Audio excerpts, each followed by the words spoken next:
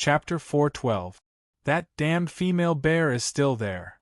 Reinhardt's expression became more and more unsightly. Miss Liunying, since the descendants of the heaven-shrouding family are unable to reach the end, then there's no hope for us. Let's retreat together and deal with this female bear when we're ready. I've already said that the Liunying family doesn't force others to do anything. Others can't force us to do anything either. If the City of London wants to leave, then leave. There's no need to ask me, Liunying's opinion.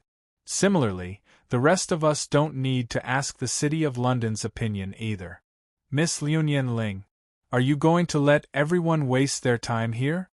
Reinhardt still wanted to say something, but one of his subordinates suddenly shouted, "Lord Reinhardt, someone has entered the room again." "Who is it?" "Didn't I say that without my permission, no one is allowed to enter the boss's room again?" Reinhardt shouted furiously. He saw that the man who had blocked in front of him was less than 10 meters away from the door of the room. "Idiot, did you not hear Lord Reinhardt's words?"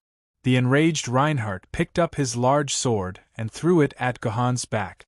This was not a random throw, but a very precise throw. Although Reinhardt looked tall and burly, his swordsmanship was not just for show. However, the swordsmanship in his hands was not just for show. A giant sword was aimed straight at Guhan's waist.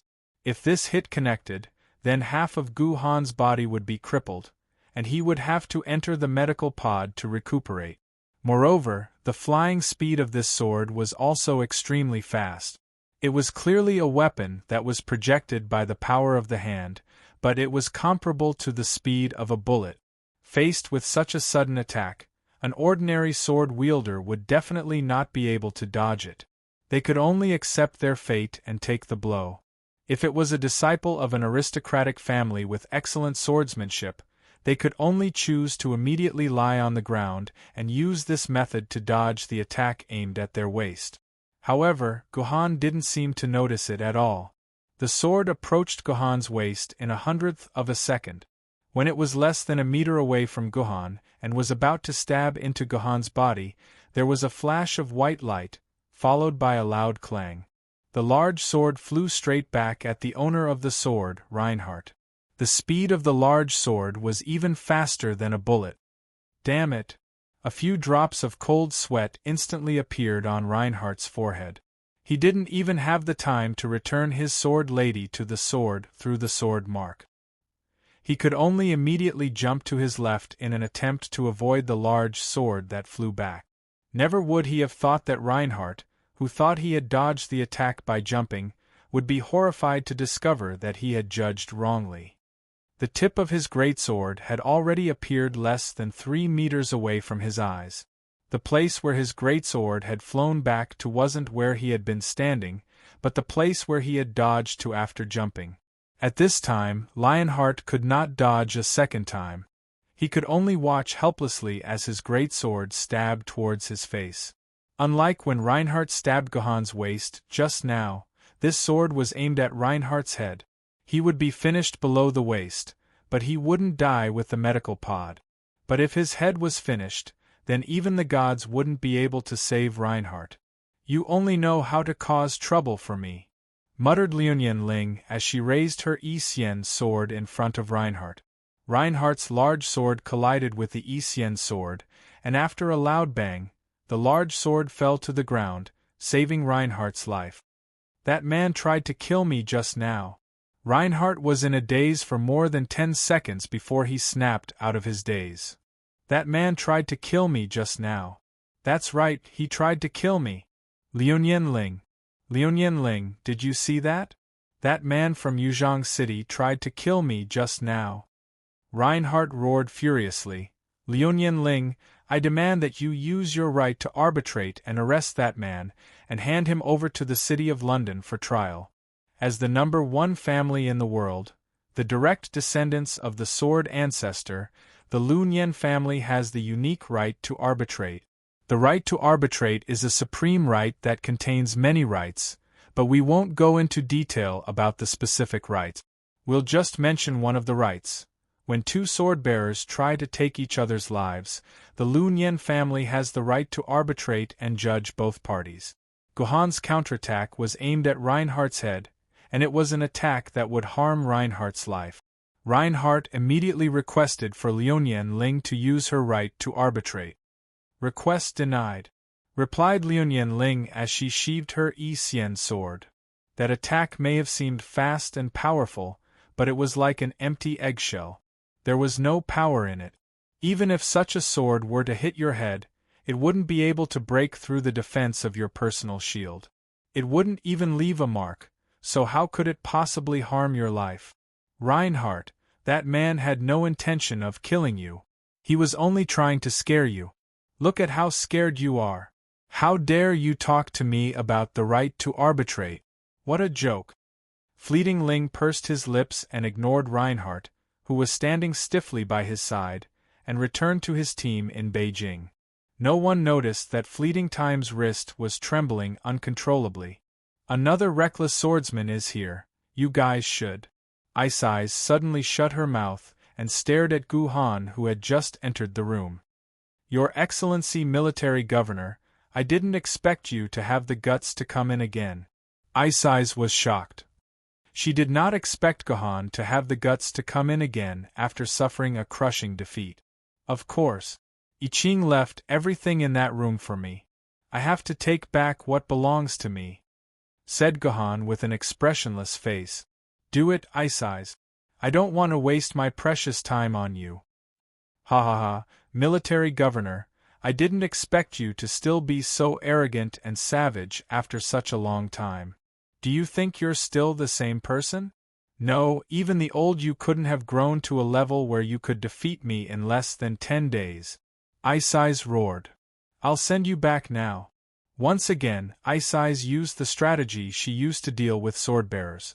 She appeared in front of Gohan in a flash and attempted to grab Gohan's body to pin him down again. However, the situation was different this time. Ice Eye's spare claws missed.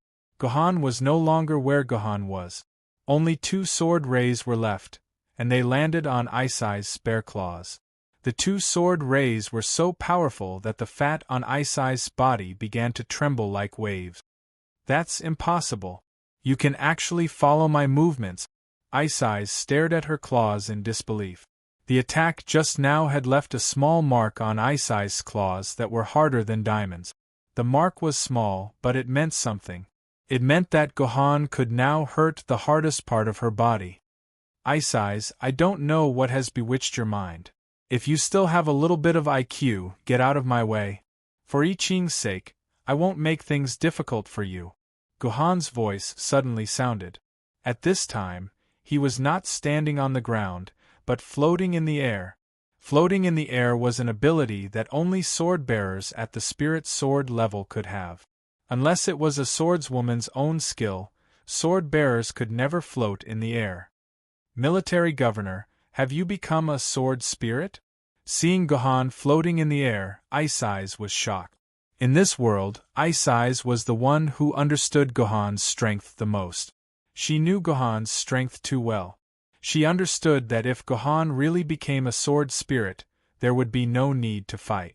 She, Ice Eyes, would kneel on the ground and sing "Conquer," and then offer her body. "No, it's impossible. This trial array doesn't allow sword-bearers at the spirit sword level. They will be automatically expelled. Military Governor, you can't become a sword-bearer at the spirit sword level," Ice Eyes said sternly. Her words were not only for Gohan to hear, but also for herself to cheer herself up. "Of course I'm not a sword-bearer at the spirit sword level. In terms of sword essence, I'm still the me from 12 days ago. You can rest assured," Gohan said coldly. But since Gohan's sword essence didn't change, how did he defend against Ice Eye's attack and float in the air? Ice Eyes carefully observed Gohan again, and finally found something different. Gohan was holding 2 swords in his hands at the same time, one on the left and one on the right, holding 2 swordswomen at the same time. "Yin-Yang sword tactics!" Ice Eyes cried out involuntarily. "This is impossible. You can't practice Yin-Yang sword tactic." This is impossible. You recognize this is yin-yang sword tactics? Guhan floated down from his floating state. He didn't expect Ice Eyes to recognize yin-yang sword tactics at a glance. But this didn't seem strange. After all, these things were left by Zhetianjiendi. Ice Eyes naturally could recognize yin-yang sword tactic. Military governor is military governor. Sure enough, trash like me can't challenge you. Ice Eye's voice gradually became cold.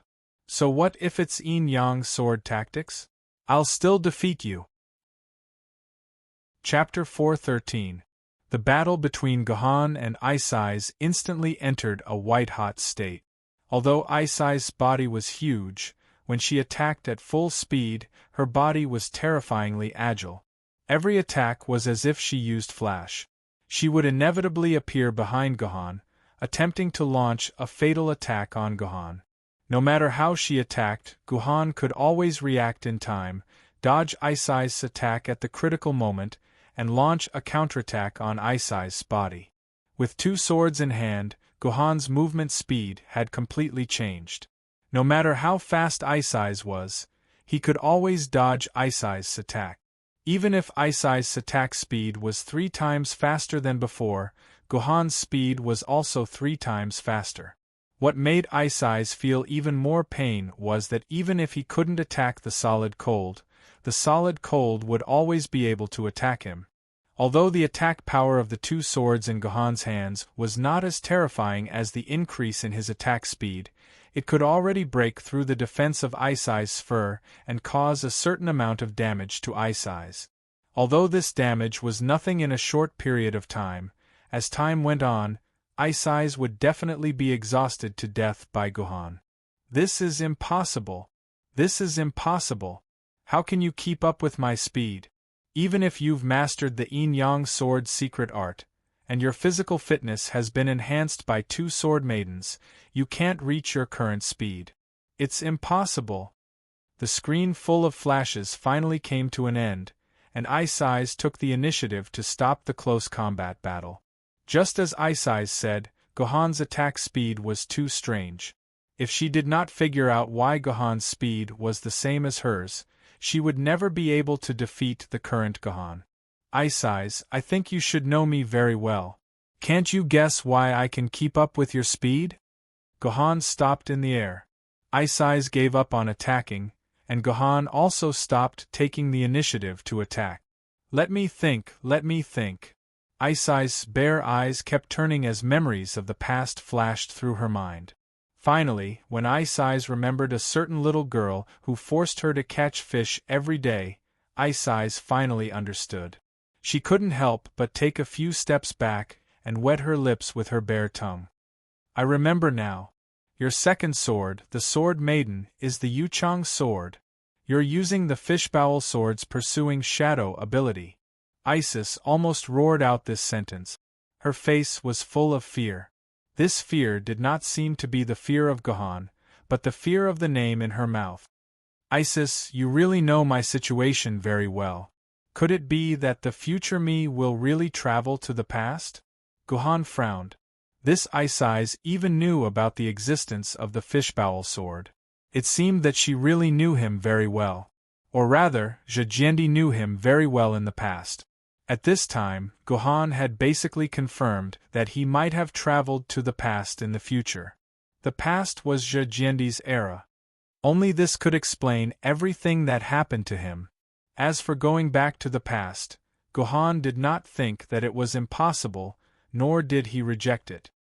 He knew that some Yuan Ko had items or abilities that could travel through time. It was not impossible for him to go back to the past at a certain time in the future. He was just very curious and wanted to know if the door to go back to the past was placed in front of him. If he chose not to go in, would the history of the entire world change? Guhan suddenly looked forward to the arrival of this day. He really wanted to know what kind of change would cause him to enter the past, and whether he could use this method of traveling back to the past to return to that day 12 years ago and save his parents from certain death. What? You're asking what would happen if you changed history and caused Guhan to lose something precious? For Gohan, being able to save his parents was more important than anything else. This was his only chance to complete his life's redemption. If there really was such a chance, Gohan would definitely not give it up. At this time, Gohan absolutely could not imagine how painful of a choice he would have to go through when such an opportunity was placed in front of him. Fishbowl Sword. Fishbowl Sword. Lady Fishbowl Sword. Ice Eyes kept repeating these names. Seeing how lost Ice Eyes was, it seemed that in the past, the Fishbowl Sword had also left an extremely precious and unforgettable memory for Ice Eyes. Yu Chang Sword, Yu Chang Sword, Yu Chang Sword Lady, they all referred to the same Sword Lady. That was the Sword Lady in Gohan's hand, the most popular Sword Lady in Yuzhong City. She was the most beloved Sword Lady in Yuzhong City. She was ranked second among the treasured swords, and also the dagger that Gu Yun left behind when she disappeared. Yu Chang Sword. No one would have thought that the Fishbowl Sword, which had disappeared for a few weeks and made all the staff of Yuzhong City's Sword Garret excited, would actually be such an inconspicuous little dagger in Gu Yun's hands. Yes, it was a very inconspicuous dagger. Because it was a big star in Yuzhong City, the appearance of the Fishbowl Sword's original body was probably deeply remembered by all the people in Yuzhong City. In their memories, the Fishbowl Sword was an incomparably gorgeous dagger. The hilt of the sword was inlaid with 4 longan-sized gems of different colors, red, yellow, blue, and green, as well as lines that were carved with 24K pure gold. On the blade of the sword, there were words and patterns carved in ancient seal scripts that no one could understand. More importantly, almost everyone knew that the Fishbowl Sword emitted a blood-red radiance. This radiance represented slaughter, bravery, and decisiveness. This was a light that no one in Yuzhong City would forget. It was a light that they were proud of, a light that other sword ladies would never have. Therefore, the characteristics of the Fishbowl Sword were obvious. Even if it was hidden in the dark, it could not hide its dazzling light. No one in Yuzhong City would mistake it for the Fishbowl Sword. But Gohan did not recognize it at first. The dagger that Gu Yun had risked her life to get back from the 3 women was actually the Fishbowl Sword. Compared to the Fishbowl Sword in his memory, this dagger was too ordinary. It was so ordinary that it was like a simple toy dagger that a poor family would make for their child. The blade of the dagger did not have any light. It was just the color of the most ordinary iron. Even if there was light, it was the light that reflected the sun. On the other hand, her sword hilt seemed to be made from a broken table leg. It felt terrible and rough in her hand. There was not even a stone embedded in it, let alone any 4-colored gems or golden threads. When a dagger like this was thrown on the ground, people's first reaction was probably not to pick it up, but to kick it away so that it would not appear in front of their eyes. This was the case with this dagger. Gohan would never have thought that this dagger was the Fishbowl Sword. It was not until the moment Gu Yun disappeared that Gohan saw this dagger appear in his quilt. When Gu Yun was in a stiff state in the car, the half-dagger that was inserted into her body, and in the end, Gu Yun could actually sneak into the trial formation through Qingpin's scabbard. Thinking of this, Gohan connected Gu Yun, the dagger, and the Fishbowl Sword together. He began to vaguely feel that this dagger was the missing Fishbowl Sword. When Batet told him that Zhetian Jiendi had hidden the last trump card that could defeat Isis in this trial formation, Gohan immediately thought of the Yin-Yang sword art, because only by cultivating the Yin-Yang sword art could it be possible to defeat the meteor stage Yuan Ko-Isis. However, the Yin-Yang sword art had the limitation of needing 2 natural sword ladies of the same level to synchronize. This made Gohan want to give up, because it was absolutely impossible, unless Gohan used the grafting technique in reality and snatched the natural sword lady that was synchronizing from the hands of a sword bearer. In that case, Gohan would have an additional natural sword lady of the same level, perfectly meeting the cultivation conditions of the Yin-Yang sword art. But Gohan would not use that kind of sinister trick in reality, although he did use it in the game. From a certain point of view, Guhan was indeed a bastard, a bad person. But Guhan also had his own bottom line. Guhan would never sacrifice the lives of others for his own selfish desires. This was something Guhan would never do, so Guhan directly ruled out the grafting technique. Guhan, who did not intend to use the grafting technique, was at his wits' end for the cultivation of the yin-yang sword art.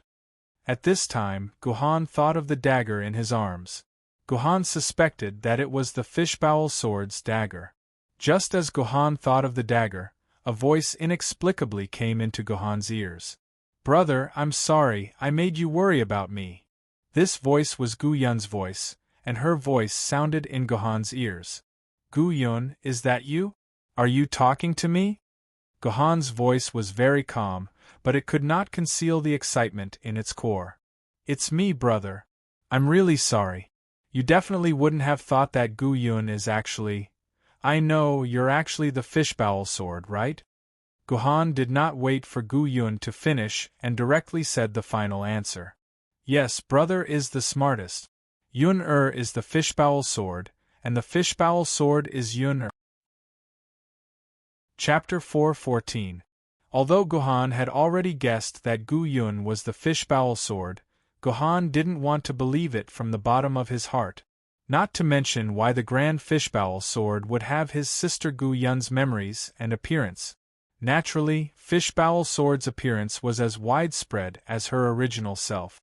Although she was about the same height and build as Gu Yun, both had the perfect Lolita body shape. However, fishbowl sword's appearance was completely different from Gu Yun's appearance. It was just like putting the Lolita Lin Miaoka and the tomboy Su Jiao together, and it was impossible to mistake them for each other.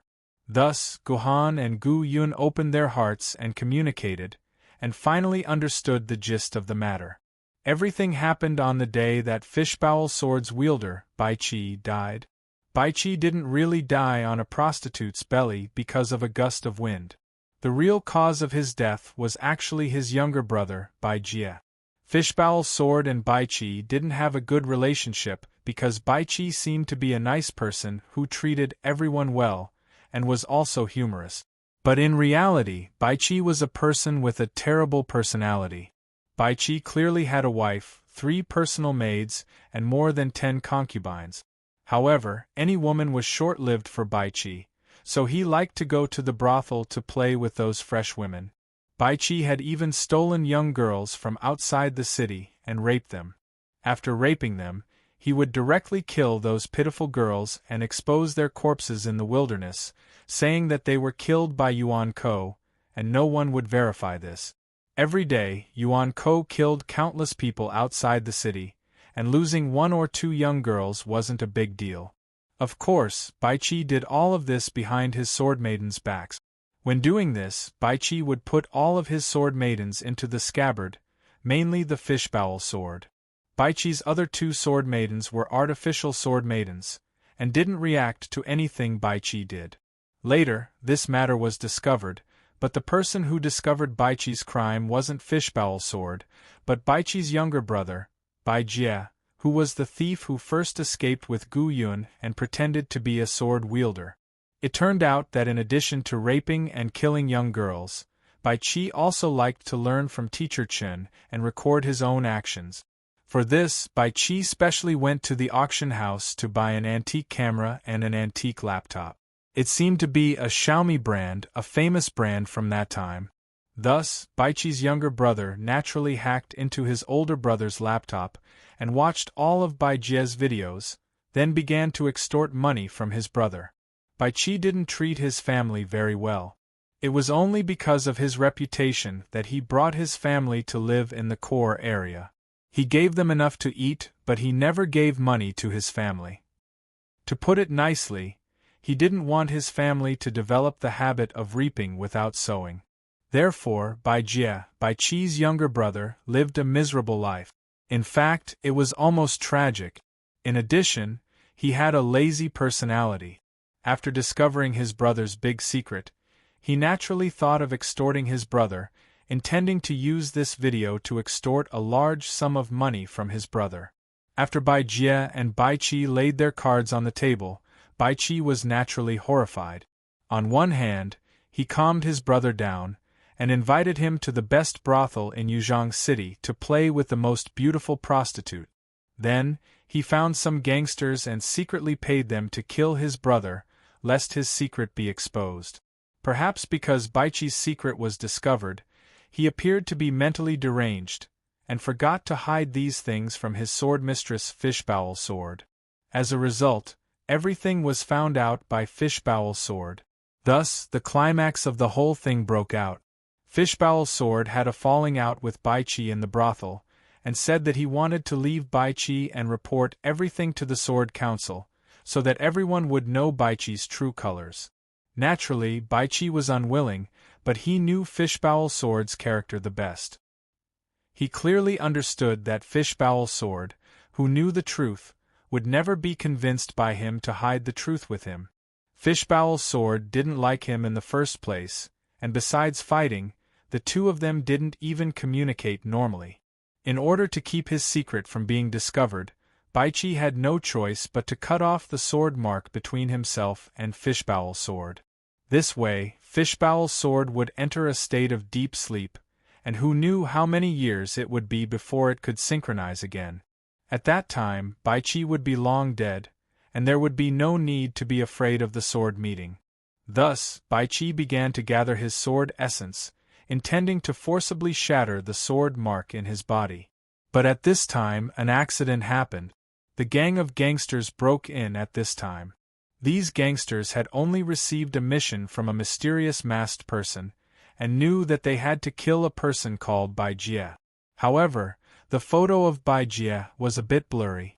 Plus, Bai Jie and Bai Qi were brothers, so they naturally looked very similar. These gangsters foolishly thought that Bai Qi, who was cutting off the sword mark, was Bai Jie. This time, Bai Qi was in a tragedy. While he was concentrating on the self-inflicted sword mark, the gangster directly grabbed his mouth and fed him a mouthful of super poison that was colorless, tasteless, heartless, and undetectable. Even a doctor couldn't tell if it was poison or not. Bai Qi was forced into his mouth.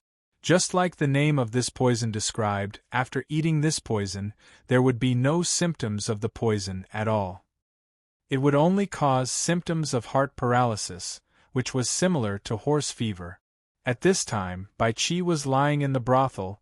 It was simply a flawless plan. After these gangsters confirmed that Bai Qi was dead, they immediately left the brothel, but they didn't know that Bai Qi's body had undergone an earth-shattering change. When Bai Qi was fed the colorless, tasteless, heartless, and undetectable, doctors couldn't tell if it was poison. He had already broken off more than half of the sword mark. But at this time, Bai Qi was fed the poison, and the whole process was stopped halfway. The Fishbowl Sword was in a very awkward state of being half broken. Although the Fishbowl Sword's body had already begun to return to a state of deep sleep, its consciousness was still half awake. It was a very dangerous state. Because of Bai Qi's death-seeking actions, the Fishbowl Sword's soul had already begun to leave the sword. If this state continued, then the Fishbowl Sword's soul would completely leave the sword, and from then on, it would drift between heaven and earth until the moment its soul dissipated. The Fishbowl Sword would completely lose its soul and become a pile of scrap metal. From then on, there would no longer be a Fishbowl Sword Maiden in the world. At this critical moment, Bai Jie suddenly appeared in his brother's room. His brother had arranged for him to go to another room, HPAY. In the end, because he got the wrong room number, he died at the hands of his own sin. Seeing that his brother hadn't come out of the room for a long time, Bai Jie rushed into Bai Qi's room, only to find his brother dead on the bed. Bai Jie was shocked when he saw that his brother wasn't breathing, and immediately wanted to escape. Before he left, he suddenly saw his brother's personal terminal as a sword-bearer and the Fishbowl Sword on the side. If there was something that Bai Jie envied his brother the most, it was undoubtedly his brother's identity as a sword-bearer and Yuzhang City's #1 sword maiden's Fishbowl Sword. Even though he knew that he couldn't become a sword-bearer or have the fishbowl sword after taking those things, Bai Jie still couldn't resist his greed. However, Bai Jie couldn't resist his greed. He took his personal terminal and the Yuchang sword out of Bai Chi's room and escaped. Bai Jie didn't know that he, like his brother, had a bloodline that could synchronize with the fishbowl sword. But because Bai Jie didn't have enough sword essence, even if he touched the fishbowl sword, there wouldn't be any reaction.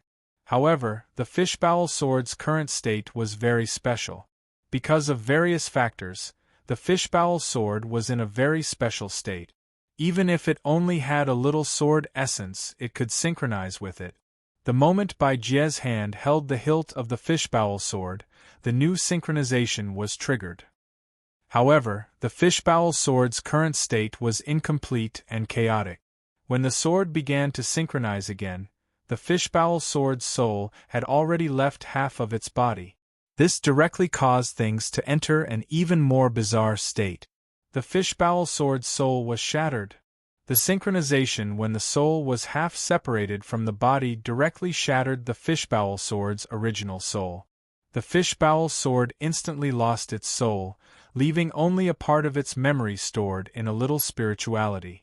It was precisely because it had no soul that although Bai Jie triggered the synchronization, he didn't let the fishbowl sword enter his body to breed a sword mistress again. Instead, he let the fishbowl sword's blade produce an endless suction force and began to absorb the wandering spirits nearby, in other words, souls. Coincidentally, at this moment, Gu Yun's soul appeared beside the fishbowl sword. The fishbowl sword's suction force instantly mixed Gu Yun's soul together with the fishbowl sword's own spirituality and memories, sucking them all into its own body. Logically speaking, after the fishbowl sword regained its soul, it should find a body to breed a new one in. But unfortunately, a building next to Bai Jie suddenly rang with a shrill alarm. Bai Jie recognized that building. It was Yuzhong City's Unju Hall, where the ashes of the dead were stored. Bai Jie, who already had a guilty conscience over his brother's death, jumped in fright. He threw the fishbowl sword in his hand. Bai Jie's strength was quite great, and the fishbowl sword was thrown into a small river with this throw. When Bai Jie came to his senses, he hurriedly jumped into the river and began to search for the fishbowl sword he had thrown away. But it was all too late. Bai Jie could no longer find any trace of the fishbowl sword, but very unexpectedly found a naked young girl in the river. He didn't need to guess to know that this girl was Gu Yun, who had been saved by Qinpin. Chapter 4:15. As for why the fishbowl sword would turn into Gu Yun's body in the water, the experts of later generations, after sufficient research and scientific proof, finally concluded that the fishbowl sword must have been born from the abdominal cavity of a large fish in the river.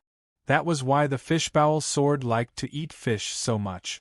In response, another group of experts gave a resounding rebuttal. Damn it, since the fishbowl sword was born from the belly of a fish, then it was also the flesh and blood of a fish. How could it like to eat fish? This was illogical. Therefore, as for why the fishbowl sword turned into Gu Yun's body after being thrown into the river, there had always been different opinions, and no definite conclusion had been reached. Bai Jie found Gu Yun and wanted to bring her back to his house to do that kind of thing. In the end, he was discovered by Qinpin halfway, and after a series of twists and turns, Gu Yun was brought home by Gohan. After losing the fishbowl sword's body, the sword element in her body was lacking, and she fell into a coma. It wasn't until Gohan absorbed a large amount of dimensional crystals for her that the fishbowl sword woke up. According to the fishbowl sword, when it first woke up, its body was completely controlled by Gu Yun's soul. Although Gu Yun vaguely felt that her body was no longer a normal human's body, she didn't know about the fishbowl sword's existence, and only thought that she had come back from the dead. Later, on the day Gu Han set off from Yuzhong City, Gu Yun, who was in the recreation room, suddenly sensed the existence of her real body. She immediately rushed over to find her real body. That was how Gu-han snatched the dagger from the three girls. Later, Gu-han guessed that the fishbowl sword's body must have floated along with the water, and was finally picked up by the three girls. After finding her body, Gu-yun immediately understood her situation. She knew that she was actually the fishbowl sword's sword mistress, but due to various unforeseen events, she lost her body and became human. In fact, at this time, Gu-yun had two choices. One was to give up becoming a sword mistress, so that she could stay by her brother's side as a human. The other was to insert the fishbowl sword's body into her body and turn her back into a sword mistress. Originally, Gu-yun was in a dilemma between these two choices. Her human nature made her resist becoming a sword maiden, but the sword maiden's spirituality kept tempting her to stab the Yuchang's sword into her body. It was not until that day when Gu-han went to rescue Yi Wenjun that Gu-yun saw with her own eyes how her brother fought. She suddenly had a desire to become her brother's helper and not his burden. Once this desire was born, Gu-yun's fate of turning back into the fishbowl sword could not be reversed. Before Gu-han could return to the car, Gu-yun directly stabbed the fishbowl sword into her stomach. Gu-yun needed a lot of time to fuse with the original body, so Gu-yun began to live as a zombie for a few days. It was not until Gu-han arrived at Chongyang Mountain and was about to enter the training formation that the fusion came to an end. Gu-yun also persuaded her good friend, Qin-pin, to secretly stay in the same scabbard as Qin-pin and sneak into the training formation. But Gu-yun didn't know that she hadn't completely fused with the original body. She was only halfway through the fusion process, and the fishbowl sword still needed to be inside Gu-yun's body to fuse with her soul. After a few days in the training formation, the fusion finally came to an end. The fishbowl sword that had fused with Gu-yun's soul returned to its original appearance as a dagger. But after going through so many twists and turns, the fishbowl sword's original appearance had also undergone a world-shaking change. From the original fishbowl sword that looked full of slaughter, magnificence, and blood, it had become an ordinary white-board dagger that looked like a child's toy. When the fishbowl sword, or rather, Gu-yun, finished narrating her experiences, Gu-han sat on the ground in a daze for a long time. He had never thought that Gu-yun and the fishbowl sword would go through so many twists and turns, such a complicated experience, and become like this. Gu-han didn't know whether or not he should accept the fact that his little sister had become a sword mistress. Logically speaking, Gu-han couldn't accept it. He wanted Gu-yun to be his little sister, a human and not a sword mistress. But in reality, Gu-yun was already a sword mistress, and Gu-han had to accept this fact. At the same time, Gu-han's heart was filled with vexation. He'd actually always suspected that Gu-yun wasn't his little sister, and that she was a spy sent by someone else with ulterior motives. Hadn't the fishbowl sword and his little sister's soul fused at the same time that he was paying respects to his parents and little sister in Unju Hall? Hadn't the alarm by Jie heard from Unju Hall come from the explosion of his parents' cinerary urns? It must have been at that time that Gu-yun's soul escaped from Unju Hall and then was absorbed by the Yuchang sword. In this way, everything could be explained clearly and clearly. The fishbowl sword was his little sister, and his little sister was the fishbowl sword. From now on, Gu-yun and the fishbowl sword would fuse together and become a sword mistress. What Gu-han didn't know was that this coincidence had led to an unprecedented feat in human history. A human's soul could actually fuse with a sword mistress's body and become a true sword mistress. This discovery was so important that it could completely change the human world. Of course, the current Gu-han didn't care about this. Even if he knew, he would hide it deeply until he had enough power to decide his own fate. Only then would he announce his little sister's identity. Before that, he would make his little sister his sword mistress.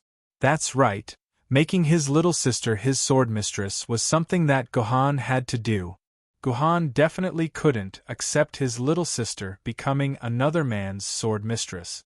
He had finally reunited with his little sister with great difficulty, and he had to stay with Gu Yun forever.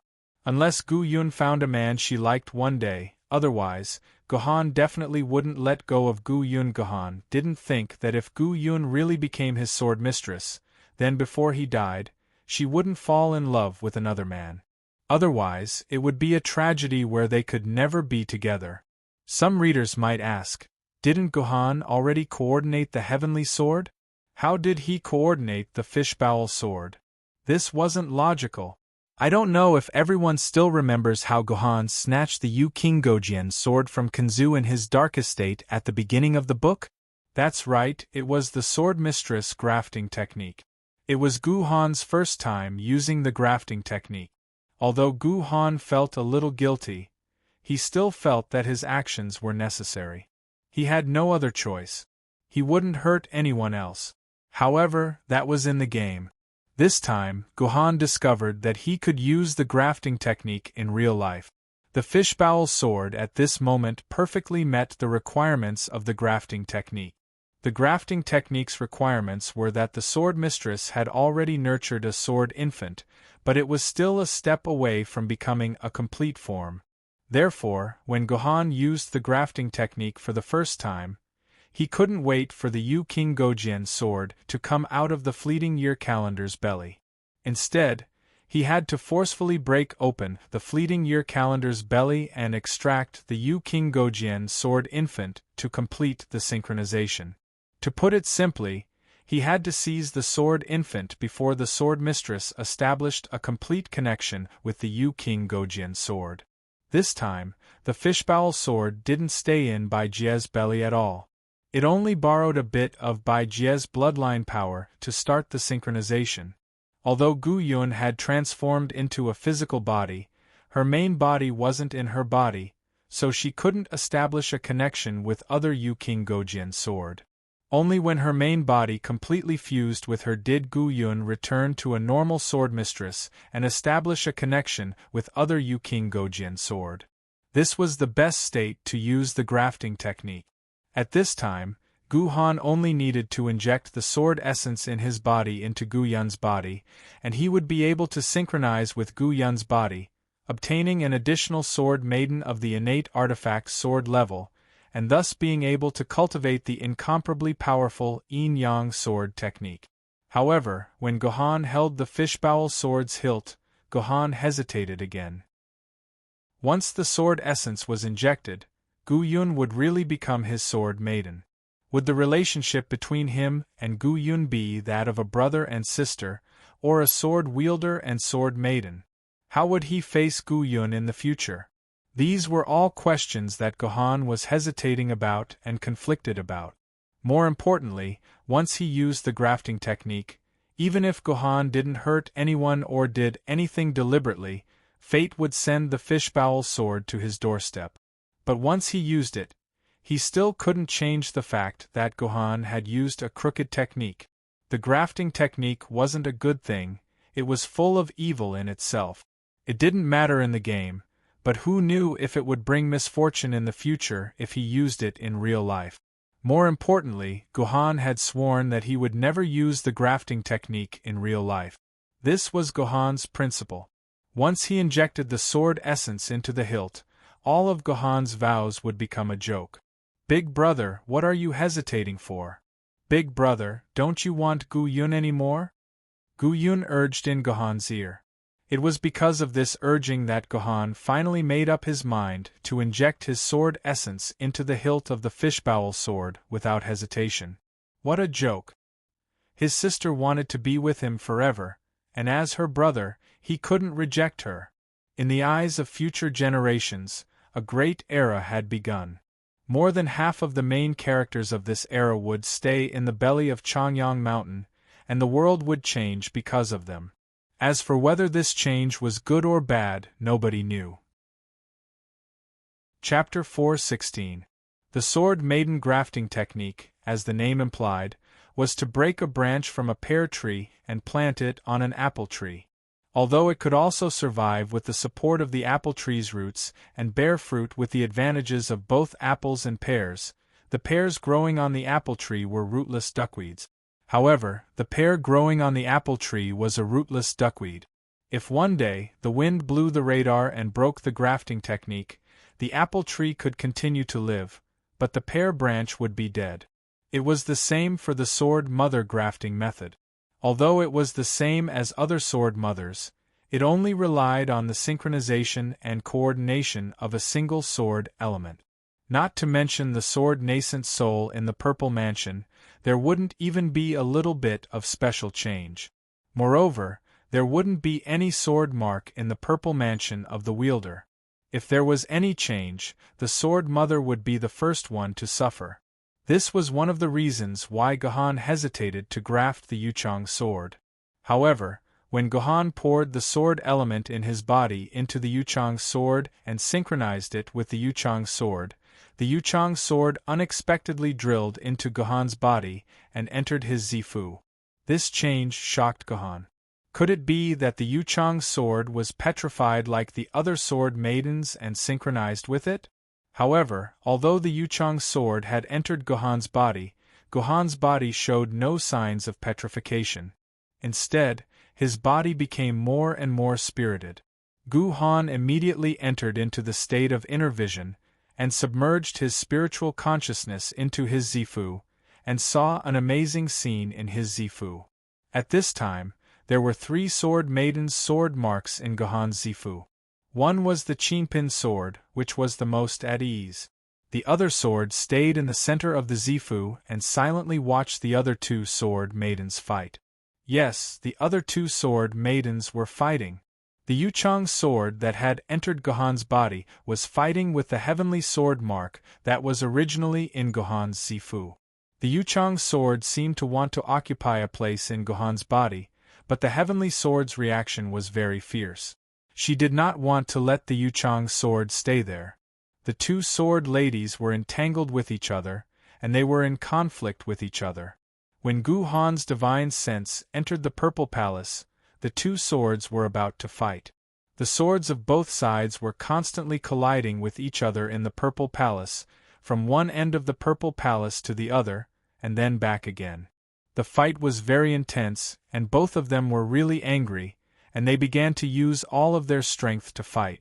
Seeing this situation, Gohan's divine sense was burning with anxiety. If they continued to fight, not only would one of the 2 sword maidens be injured or even die. What was even more frightening was that if his Zifu was destroyed by the sword marks, then his life would be over. The Zifu was something that could not be healed by any medical chamber. The Zifu was a very mysterious place. A person's spirit could sense it and even see it, but no equipment could detect it. Therefore, some people speculated that the Zifu was the place where the human soul, spirit, and body met. It was the most important place for humans, and fighting in this place was the most fatal thing. As mentioned before, the reason why a sword wielder couldn't coordinate with 2 innate sword ladies of the same level was because the sword marks of the innate sword ladies of the same level would instinctively repel each other, just like the human body's rejection reaction. Once the sword marks of 2 innate sword ladies of the same level entered the Zifu, the sword wielder would basically die. Originally, Gohan thought that he could avoid this result by using the grafting technique to obtain the Yuchang sword. This was because the sword maidens obtained through the grafting technique would not form sword marks in the body. However, he never expected that the Yuchang sword would actually enter Gohan's body and cause this battle with the heavenly sword mark. Guyun, Etian, can you hear me? Hurry up and stop. Do you want to kill me? Helplessly, after Gohan's divine sense entered the Zifu, he did not have any combat strength. He could only watch as the 2 sword maidens or sword marks fought in his body. Gohan could only try to communicate with the 2 of them and resolve this battle. Big brother, I don't want to fight with big sister Etian. Yun only wants to leave her sword mark in the Zifu, but big sister Etian is chasing Yun. Yun can only resist. Gu Yun did not say anything, but a thought flew into Gohan's divine sense, allowing Gohan to understand Gu Yun's meaning. Don't look for this heroine. This heroine also doesn't want to fight with your sister. However, I can't control the sword mark at all. It has already completely broken away from my control. If you don't believe me, try controlling it yourself. Etion also sent a thought over, saying that she couldn't control the sword mark and that everything was moving on its own. The sword mark was a mark that the sword maiden used her own soul and the sword maiden's body to leave in the sword wielder's body. It was an important way to help connect the sword maiden and the sword wielder. The sword wielder could also use the sword mark to increase the sword maiden's combat strength. The sword mark was not only controlled by the sword maiden. The control of the sword mark was in the hands of both the sword wielder and the sword maiden. If one had to compare, then the sword wielder's control over the sword mark should be above the sword maiden's. This was because the sword wielder could use the sword mark to issue orders to the sword maiden, but the sword maiden could not do this. Therefore, in theory, Gohan's control over the sword mark should be above the heavenly sword. Gohan tried to use his divine sense to control the heavenly sword's sword mark to stop its attack on the fishbowl sword. However, the heavenly sword's sword mark simply didn't listen to any of Gohan's commands. It chased after the fishbowl sword with all its might, wanting to fight to the death. This time, Gohan was truly helpless. He watched as the battle between the two sides became more and more intense. It looked like his purple palace was about to be destroyed in the hands of these two madmen. Yun-Er, leave this place. Please, Yun-Er, leave Big Brother's purple palace first. Gohan couldn't control the heavenly sword, so he could only ask Gu-Yun to leave his purple palace. Because it seemed that the fishbowl sword's body had entered Gohan's purple palace, the control of the body was still in Gu-Yun's hands. In other words, as long as Gu-Yun left this place, this battle that could endanger Gohan's future and life could end here. Big Brother, don't you want to be with Yun-Er forever? When Gu-Yun heard Gohan's command, her heart trembled. A flaw appeared in her control over the fishbowl sword, and she was hit by the heavenly sword again and again. In an instant, she fell into a disadvantageous position. Of course I want to be with Yun-Er. When you two left me 12 years ago, I swore that I would rather lose my life in exchange for you two returning to my side. But Yun-Er, even if you leave Big Brother's purple palace, you can still stay by Big Brother's side. However, if Big Brother's purple palace is destroyed by you two, Big Brother's life will be over. Gohan explained very sorrowfully. Is that so? Yun-Er's struggle will cause Big Brother to lose his life? The fishbowl sword came to a sudden realization. In the end, it was once again hit by the heavenly sword many times. I'm sorry, Big Brother, Yun-Er doesn't know about these things. Yun-Er will leave Big Brother's purple palace right now. The fishbowl sword dodged the heavenly sword's attacks and flew towards the edge of the purple palace, preparing to leave Gohan's purple palace. Thank goodness Yun-Er is sensible. Gohan let out a sigh of relief. As long as the fishbowl sword leaves his purple palace, everything will return to normal. Seeing that the Yuchang sword was about to fly out of the range of his Zifu, Gohan silently felt that the Yuchang sword's attitude was so resolute that there was even a feeling of life and death, like the wind was rustling and the water was cold. No. I absolutely can't let the fishbowl sword leave my purple palace. This thought suddenly popped up in Gohan's heart. He didn't understand why he would have such a thought, but Gohan knew that once Gu-Yun left his purple palace, he might lose his little sister forever. Yun-Er, stop. Yun-Er, I won't allow you to leave this place. Gohan's intuition had saved Gohan many times, so this time, Gohan still chose to believe in his intuition. He frantically transmitted his thoughts to Gu-Yun, hoping that she would stop. No, brother, Yun-Er can't watch you die. Everything is Yun-Er's fault. Let Yun-Er redeem everything. When Gu-Yun heard Gohan's words, she walked even more resolutely. She was about to leave the range of the purple palace and return to the outside world. I won't allow you to leave. In the purple palace, Gohan didn't have any fighting strength, but he had another privilege. Because this was Gohan's purple palace, Gohan's divine sense could instantly appear anywhere in the Purple Palace. It didn't even need a billionth of a second. It was the true meaning of zero-time difference teleportation. Gohan's divine sense instantly appeared in front of the fishbowl sword, using his own divine sense to block the path of the fishbowl sword. Brother! Gu-Yun realized that her brother's divine sense was blocking the path, so she immediately braked, abruptly stopping the rapidly moving fishbowl sword. The fishbowl sword was an external object. Once it pierced Gohan's divine sense, it would cause great damage to Gohan's spirit. Gohan might become an idiot or a vegetable, so Gu-Yun had to stop. She would never let her brother suffer even a little bit of harm. Gu-Yun couldn't bear to hurt Gohan, but the heavenly sword Scar that was chasing after Gu-Yun was not necessarily the same. The heavenly sword Scar, which was instinctively controlled, took advantage of the moment when the fishbowl sword suddenly stopped, and abruptly hit the body of the fishbowl sword. Gu-Yun let out a blood-curdling scream. Cracks appeared on the blade of the fishbowl sword, and she was instantly seriously injured. What was even more frightening was that because it was hit by the heavenly sword Scar, the originally stopped fishbowl sword once again moved forward, piercing into Gohan's divine sense. A pain that felt like a 1,000-gene hammer had smashed into his head engulfed Gohan's consciousness. The fishbowl sword's stab was extremely serious, and the entire blade had pierced through Gohan's divine sense. What would happen if a watermelon was pierced by a watermelon knife? It was very simple. The entire watermelon would split into two. Gohan's divine sense, which had been pierced, was the same. The divine sense, which was originally like a ball of light, began to slowly split, just like a watermelon that had been split into two. Brother! Gu-Yun let out a heart-wrenching cry.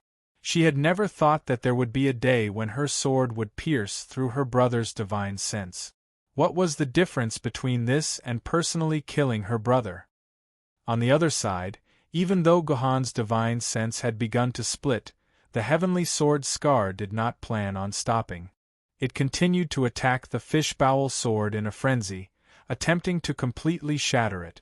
This action completely infuriated Gu-Yun, and she sank into a frenzy of rage. She pulled her sword out from Gohan's divine sense and immediately launched a desperate attack at the heavenly sword Scar like a mad tiger. This attack was not the same as the previous battle where she held back. Under the stimulation of Gohan's divine sense splitting, Gu-Yun let go of all her hands and feet. She let go of all her apprehensions and began to fight with her life on the line against the heavenly sword Scar. It was a battle where only one of them would survive, or rather, they would all die together. At the same time, Gohan's divine sense entered a state of unconsciousness. Boundless darkness enveloped Gohan, and Gohan felt as if he had returned to the darkest moment of his life 12 years ago. Chapter 4:17. It's over. I can't feel Gohan's consciousness anymore. Qingpin's sword Scar, which had been watching from the sidelines, inexplicably turned for the worse. Gohan's consciousness had been split in two by the fishbowl sword, and the furious fishbowl sword had begun to fight Tian Xing to the death. Qingpin could no longer watch calmly, and the entire sword Scar began to shake violently. As it shook, it muttered to itself, "Hey, hurry up and come out.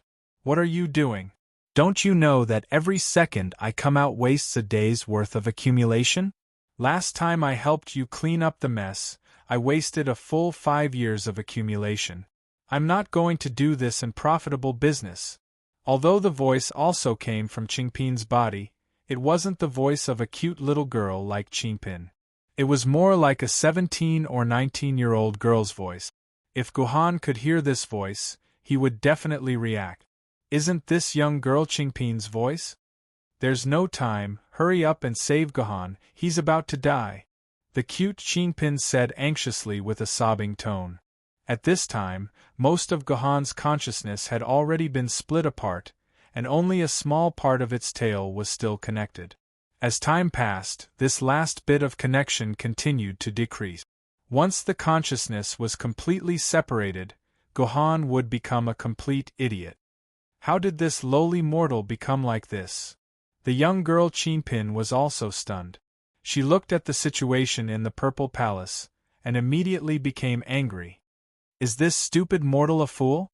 He can actually control two natural sword maidens of the same level at the same time. If he wants to die, he should go to the Antarctic Sea and bury himself. That way, he'll die more quickly. Don't say any more, hurry up and save Guhan. Guhan is really going to die. The cute Qingpin pleaded. No, I don't care about him. He asked for it. Why should I save him? The young girl Qingpin firmly refused. Don't worry, he won't die. At worst, he'll just become a vegetable. As long as his body is still alive, that's enough. It can also save me a lot of trouble. No, Qingpin has to save him. Qingpin must save him. I know, you must have a way to save him, right? From the cute Qingpin's choking voice, it could be seen that Qingpin had already cried, and he was crying very sadly. I won't save him. If I save him, all my efforts for 100 years will be for naught. I will never save him. Hearing the cute Qingpin crying, the young girl Qingpin hesitated for a while and finally rejected the cute Qingpin again. All right, if you don't want to save him, I'll go save her. The Qingpin's sword mark suddenly shook and then began to move, flying rapidly towards the location of Guhan's consciousness. Stop, you idiot! What are you trying to do? The young girl Qingpin panicked. I don't want to do anything. I just want to save Guhan. I want to forcefully break the seal and heal Guhan's consciousness. The cute Qingpin cried. You're crazy. If you forcefully break the seal, both of us will be finished. We'll have to go back to that damned sword burial ground for a few 100 years. No, you idiot, you can't do that. You'll get us killed. The young girl Qingpin was also a little crazy. What was going on? Was that damned Guhan so important? Unfortunately, just like the young girl Qingpin firmly rejected the cute Qingpin's request, the cute Qingpin also ignored the young girl Qingpin's word. He wholeheartedly wanted to fly to the side of Guhan's consciousness without a trace of hesitation. All right, I know. Stop, I'll go save him. Even the stupidest person would come up with the right compromise after comparing a few 100 years with 100 years. The young girl Qingpin was finally subdued by the cute Qingpin's stubbornness and said reluctantly, What a wastrel! The young girl Qingpin muttered.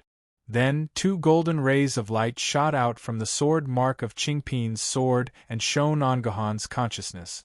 This caused the last bit of Guhan's consciousness that was still connected to it to finally break apart. As the golden rays of light continued to shine, Guhan's consciousness gradually began to reform. In the end, the consciousness that was almost split in half finally gathered back into its original ball of light. However, Guhan's consciousness did not recover. There was still a crack in the middle of the consciousness that could be seen with the naked eye. Once the golden light that protected Guhan's consciousness disappeared, Guhan's consciousness would probably split again. At this moment, a dark green thing shot out from the sword mark of Qingpin's sword.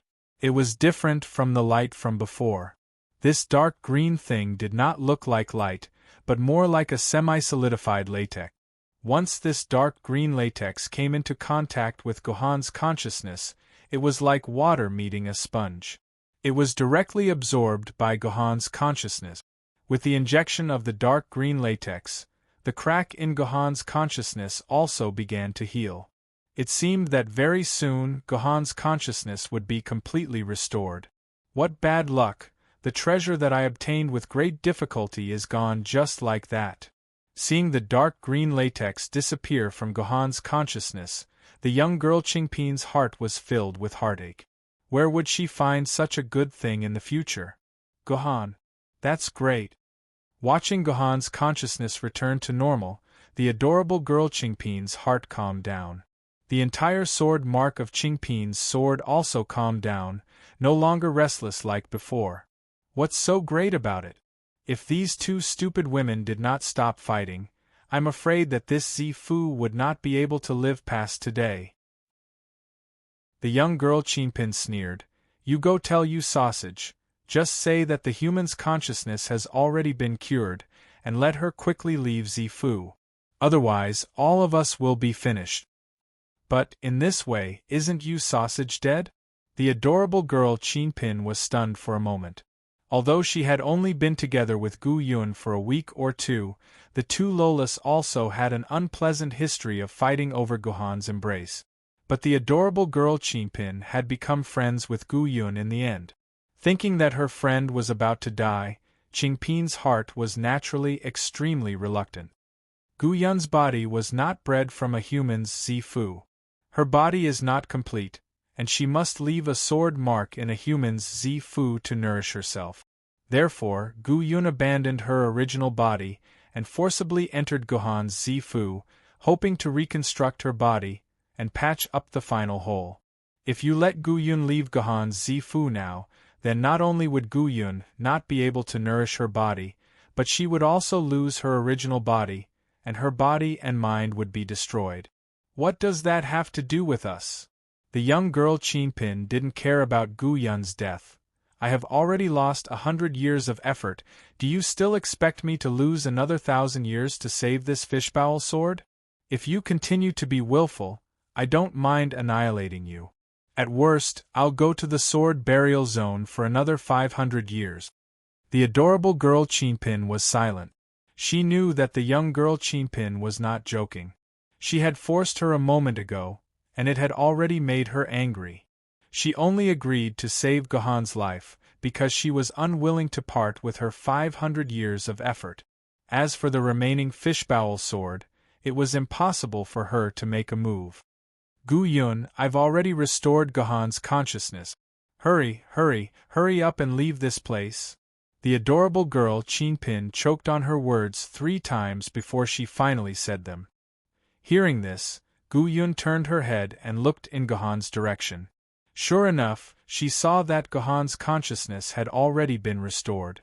Her violent emotions instantly disappeared, and all that was left was her endless love for her brother.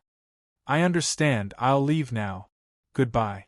Gu Yun no longer tangled with Etian.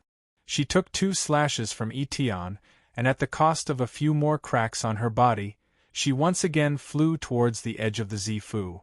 Once she flew out of the Zifu, what awaited Gu Yun would be the destruction of her body and mind. Goodbye, big brother. Gu Yun is already satisfied to be able to be with you for so long.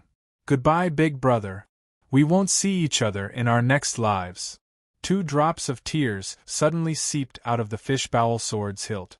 In this world, no one had ever seen the appearance of the sword lady's actual body crying. This scene was so poignant, yet so heart-wrenching. Everyone who saw this scene would sigh endlessly. The so-called tragedy was nothing more than this. Unfortunately, our story is not a tragedy. At least, it won't be a tragedy here. When the fishbowl sword was about to leave the Zifu, Gohan's consciousness suddenly moved. From Gohan's consciousness, 2 streaks of dark green latex shot out. It was the same latex that had just healed Gohan's consciousness. From the looks of it, the 2 streaks of dark green latex shot out by Gohan weren't as much as the one shot out by Qinpin. It seemed like Gohan's consciousness had used up a lot of this latex. However, the remaining dark green latex was enough to save the fishbowl sword. The latex shot out by Gohan split into 2. One flew towards the fishbowl sword, while the other flew towards the heavenly sword in the fishbowl sword. The 2 latex hit their targets at the same time, completely wrapping up the 2 sword ladies' sword scars like steamed buns. The green latex was the skin, and the sword scars were the filling. When the green latex completely wrapped up both sides, the heavenly sword still wanted to attack the fishbowl sword, but something miraculous happened. The 2 sword maidens suddenly began to approach each other. It wasn't their blades that approached each other, but their hilts that approached each other. I don't know if everyone has seen this kind of weapon before. They were originally 2 swords, but as long as the tips of the sword hilts were pushed together, then with a light rotation, the 2 swords would become a double-headed sword. At this moment, the heavenly sword and the fishbowl sword were in such a state. The dark green latex seemed to form a kind of adhesive, gluing the fishbowl sword and the heavenly sword's hilt together in the purple palace, becoming a double-headed sword. Like this, it was impossible for the heavenly sword to attack the fishbowl sword, just like how a dog would never be able to bite its own tail. Gu Yun, hurry up and leave your sword scars. Reconstruct your fleshly body, hurry! Gu Yun, who was in a daze because of her own state, suddenly heard Gohan's instructions. Although she didn't understand why, she still quickly acted. A small egg-like object flew out of the fishbowl sword's body, then floated in Gohan's purple palace, and quickly began to develop abnormally. In an extremely short period of time, the ovum turned from a small ball into an infant with 4 limbs and distinct facial features. After the infant finished developing, it immediately flew out of the purple palace. Just like a normal sword maiden, it would once again change into the appearance of a sword maiden outside the purple palace. The only thing left in the purple palace was the fishbowl sword's sword scar, which was similar to the heavenly sword's conjoined twins. Chapter 4:18. The heavenly sword and the fishbowl sword's scars were connected in a very strange way. Although the heavenly sword's scars still had the urge to destroy the fishbowl sword's scars, an iron rod would never be able to touch its buttocks without an external force. At most, it would only spin on the spot. As a result, the heavenly sword's scars and the fishbowl sword's scars existed in harmony. This was something Gohan had never expected. For Gohan, what he'd just experienced was truly a reincarnation from the gates of hell. In the darkness, Gohan could even sense the summoning of an unknown space. A warm current pulled Gohan's soul back. His divine sense solidified once more, and Gohan's consciousness was restored.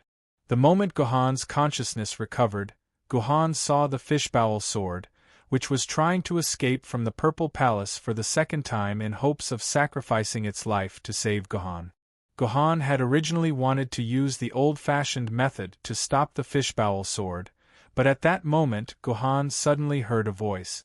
The voice told him that the liquid in Gohan's divine sense could save the fishbowl sword and the heavenly sword. Only then did Gohan realize that his divine sense had inexplicably gained a warm, dark green latex.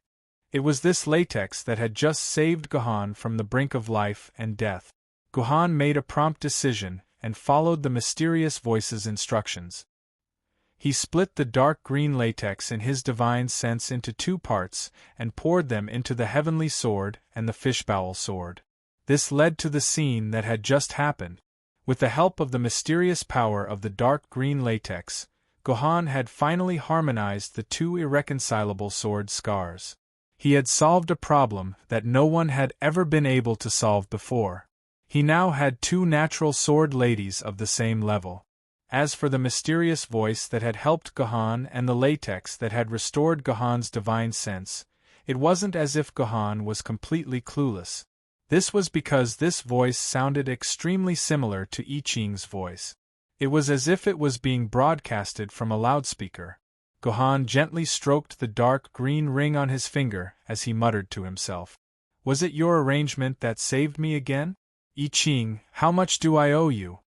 It had to be explained that Gohan had a huge misunderstanding. He thought that the green latex, the mysterious voice, and even the power that had healed his consciousness had come from the same place.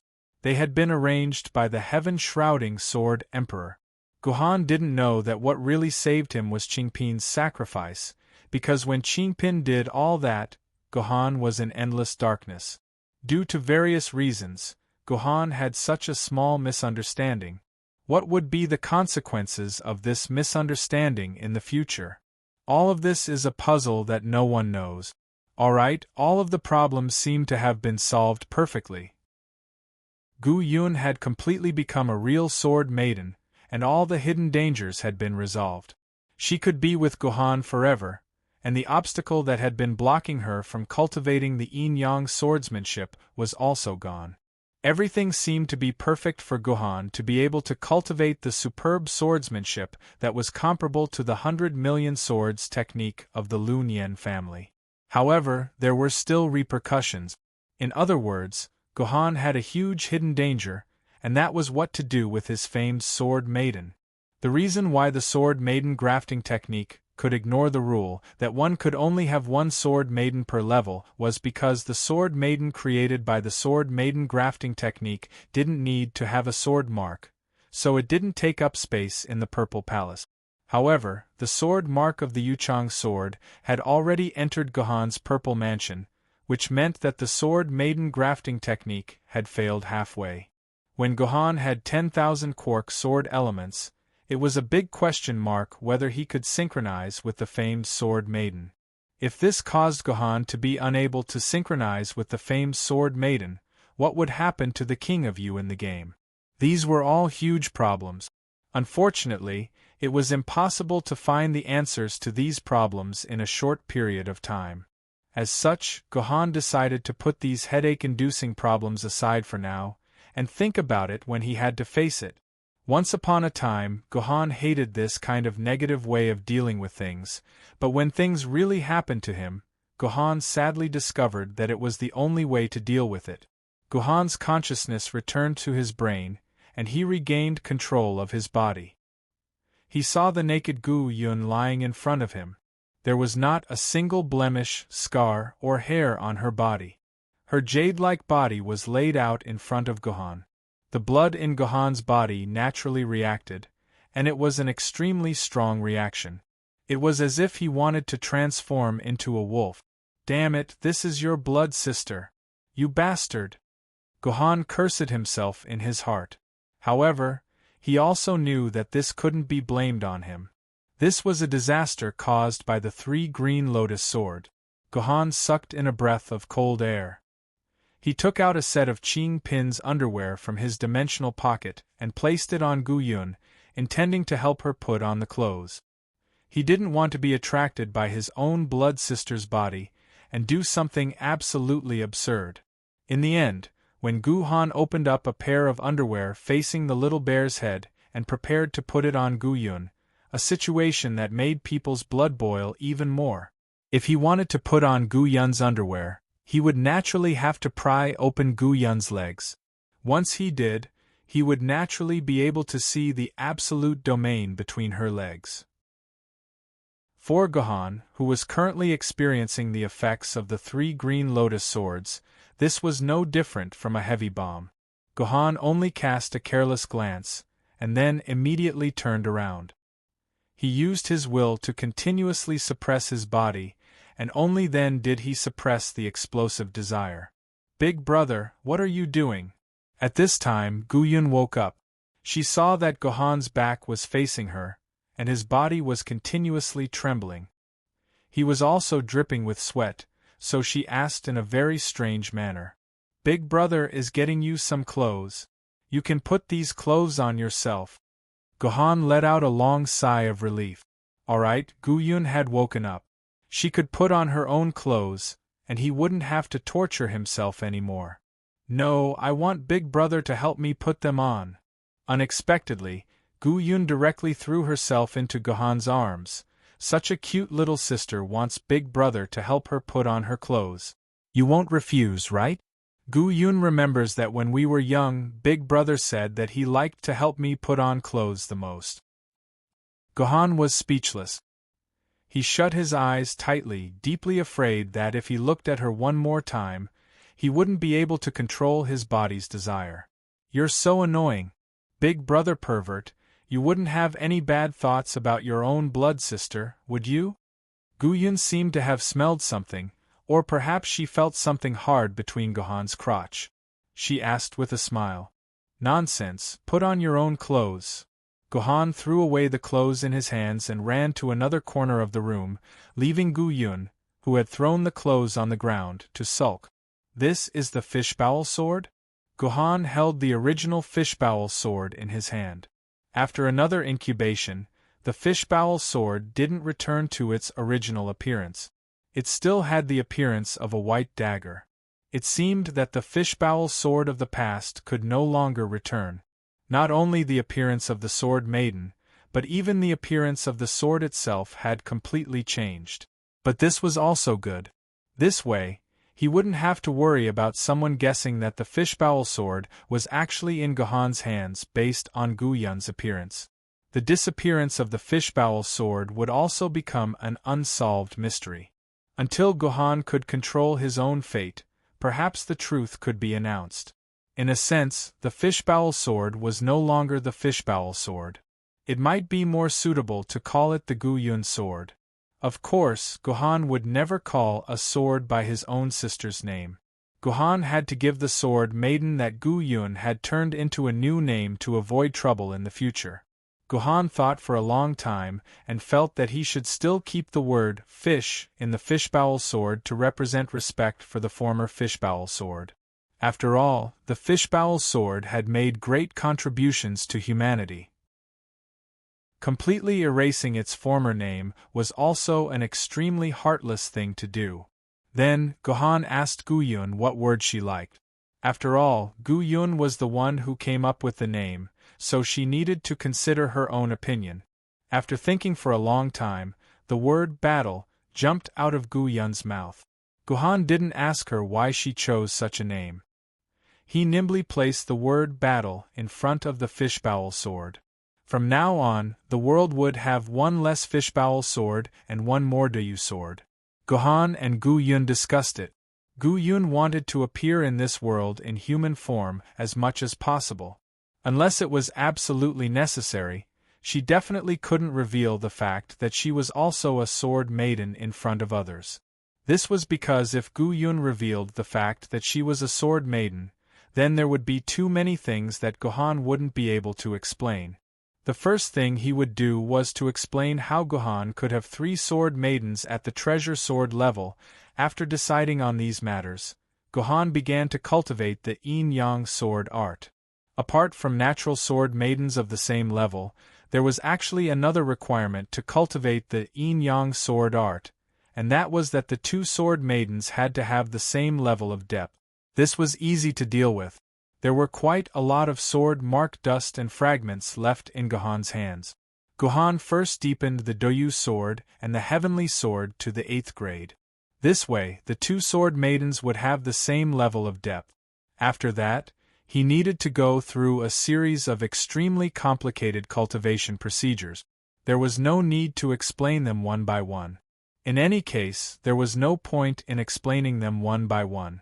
This was the final step of practicing the yin-yang sword formula, and that was to connect the sword marks on Yuchang and Heavenly Reliance sword to the main meridians of the sword wielder's body. Then, they would have to complete a great chi cycle. This was an extremely long process. Controlling the meridians of the entire body was a slow and steady process. Just completing it once would take Gohan an entire 10 days. What was even more frightening was that this process couldn't be interrupted. Once it was interrupted, there would be the danger of chi deviation. As a result, Gohan did not eat or drink during these 10 days. He focused all his attention on maintaining the circulation of the entire great circulatory cycle. The heavens took pity on him. There were no more unforeseen events during this period, and he successfully completed this process. This was also the reason why Gohan was delayed in his room for 10 days. He only returned to the finishing point on the 12th day. Of course, this also seemed to explain why Gohan ate so much like a reincarnated hungry ghost. After all, he had been starving for 10 days. Chapter 419. The memories ended, and time returned to the time when Gohan was facing off against Isis. Although the fishbowl sword had become the Doyu sword, and its appearance had changed greatly, the Doyu sword's skills hadn't changed at all. At least, her basic skill, pursuing shadow, hadn't changed at all. Basic skill. Pursuing shadow continuously consumes sword essence to enter the state of pursuing shadow, allowing the sword maiden's attack speed and movement speed to change according to the enemy's movements. The amount of sword essence required for pursuing the shadow was inversely proportional to the sword maiden's own swordsmanship level and body speed.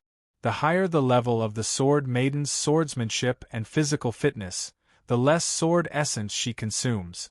The skill can only capture the speed of Yuan Ko, who is one realm higher than the sword wielder. Simply put, pursuit was a skill that allowed two opponents with a huge difference in strength to pull their speed to the same level. This was also the reason why Gohan was able to keep up with Ice Eye's attack speed the second time he faced her. It was because of this skill that increased Gohan's speed to the same level as Ice Eye's. Based on this alone, it could be seen just how powerful Yin-Yang sword technique was. Gohan was originally just a treasured sword, but once he mastered Yin-Yang sword technique, he had the physical attributes of Heavenly Sword and Doyu Sword, which were the strongest and second strongest sword ladies in the treasured sword realm. When they worked together, his physical attributes would not be any lower than the bonus a sword lady could provide to a sword wielder. Therefore, Gohan's current strength could already be considered at the level of a famed sword. That was the only way the Doyu swords pursuing Shadow could catch up to Ice Eye's speed. This was because Ice Eye's was a meteor-level Yuan Shen, which was one major realm and two minor realms higher than a famed sword-level swordmistress. Doyu sword could only capture the speed of a Yuan Shen that was one major realm higher than Guhan. This meant that even though Guhan was only a treasured sword-level swordmistress in name, her strength had already reached the level of a famed sword level. Isis has the fishbowl sword. Oh, I should call her the Doyu sword now. Gohan held two swords in his hands and looked at Isis, the female bear, proudly. With my Doyu sword, you can't win against me. Humph, the fishbowl sword can only increase your speed, but your attack and defense are still at the level of a treasured sword. How could I, Ice Eyes, be afraid of you? You just have to take a hit from my claw, and it'll be time to send you back. Ice Eyes said angrily. That's right, I can't take your full attack. Although Gohan said so, the expression on his face was very disdainful. But the premise is that you can attack me. It's not that I look down on you, Isis, but with your appearance, you will never be able to hit me in your lifetime. You! Isis was about to explode. What's wrong? Are you angry? Gohan continued to mock him. Am I wrong? Don't tell me you don't look like a bear? Gohan was right, Isis did look like a bear. I'm going to kill you. Ice Eyes finally couldn't take it anymore from Gohan and used another flash. This time, Ice Eyes didn't plan to hold back. She wanted to kill Gohan. As for how she would be punished by Sky covering Jiandi after killing Gohan, Ice Eyes couldn't care less. I said you can't attack me. Facing Ice Eyes' flash attack, Gohan naturally flashed behind Ice Eyes. The Heavenly Sword and the Doyu Sword smashed into Ice Eye's back at the same time, leaving a bloody mark on her body. And so, one man and one bear started flashing around the room. Ice Eye's strategy was very simple. First of all, she was a meteor stage Yuan Ko, and her defense and HP were much higher than Gohan's. A mere bloody mark couldn't even deal 1/10,000th of Ice Eye's HP, so she wasn't afraid of Gohan's exhaustion at all. On the contrary, Ice Eyes wanted to exhaust Gohan by relentlessly chasing after Gohan to exhaust Gohan. She wasn't exhausting Gohan's HP. After all, she couldn't hit Gohan. What she wanted to exhaust was Gohan's stamina. Gohan borrowed the Doyu sword skill and used the body of a famed sword to display the speed of a meteor stage. Even if Gohan was a genius, his stamina and sword essence weren't enough for him to fight for a long time. Once Gohan's stamina ran out or his sword essence was exhausted, what awaited Gohan would be death. If Gohan lost his speed, Ice Eyes could easily crush him to death. Of course, Gohan knew this. Gohan was very clear about his own body's condition. He couldn't start a long battle with Ice Eyes. After synchronizing the Doyu sword, Gohan's sword essence had exceeded 4,000 quarks, which was a third more than before. But compared to a meteor stage, which was equivalent to hundreds of thousands of elements, it was nothing. It was impossible for Gohan to exhaust Ice Eyes.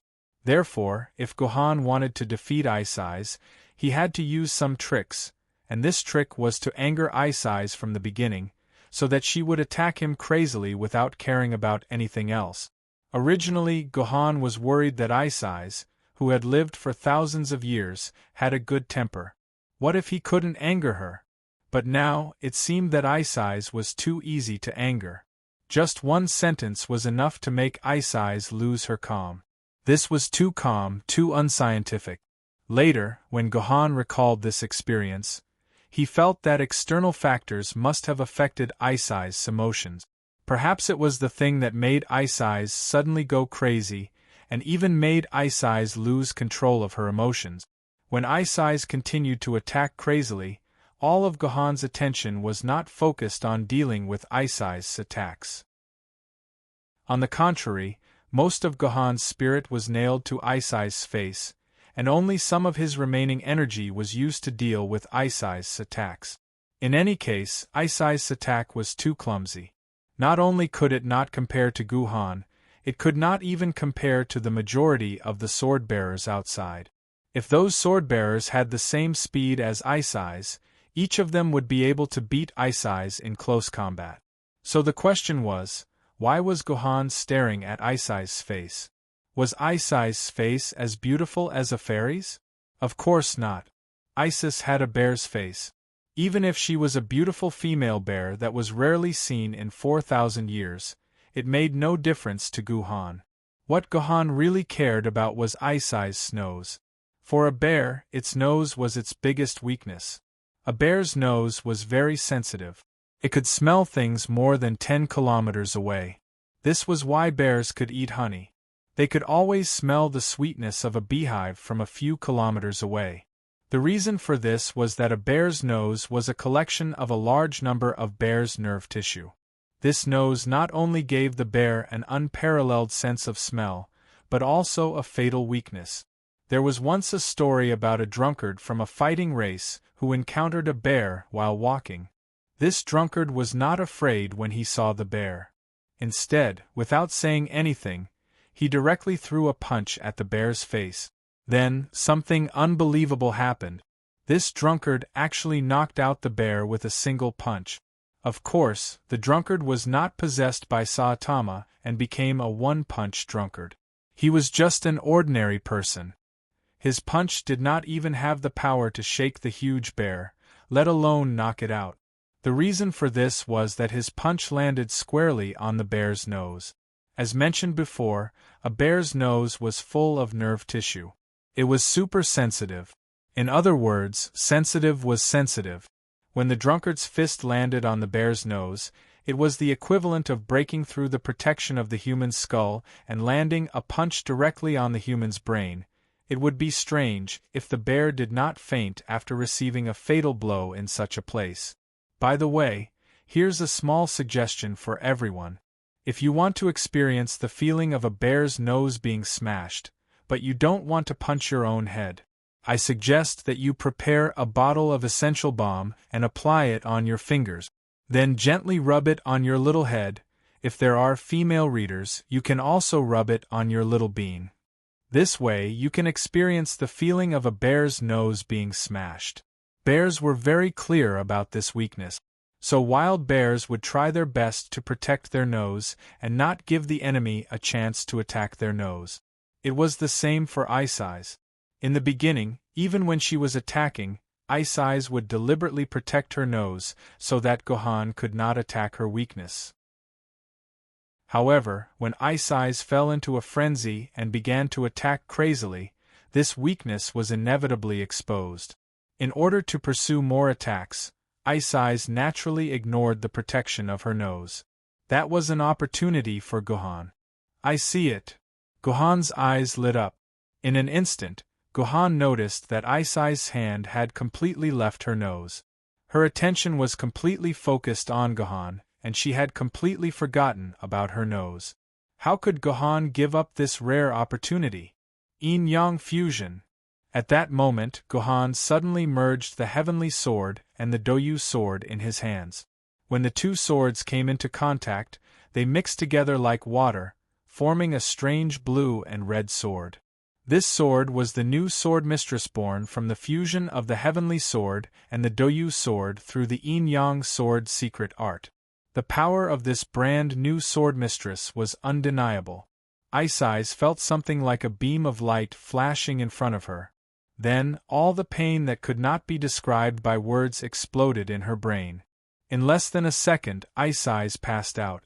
Her nose was still a bloody mess, and her original appearance could not be seen clearly. Chapter 420. It was almost impossible to defeat Ice Eyes completely because Ice Eyes was too tanky. Even if Gohan used up all his sword elements, he wouldn't be able to cause any serious damage to Ice Eyes. Knocking Ice Eyes unconscious was the best option. The final gate guarded by Ice Eyes was now open. Gohan only needed to walk in gently to see the last thing Zhijiendi left behind. I bet 50 cents that this person will go back in less than 10 seconds, Reinhardt said angrily as he watched Gohan go in. He was frightened by Gohan's counterattack just now.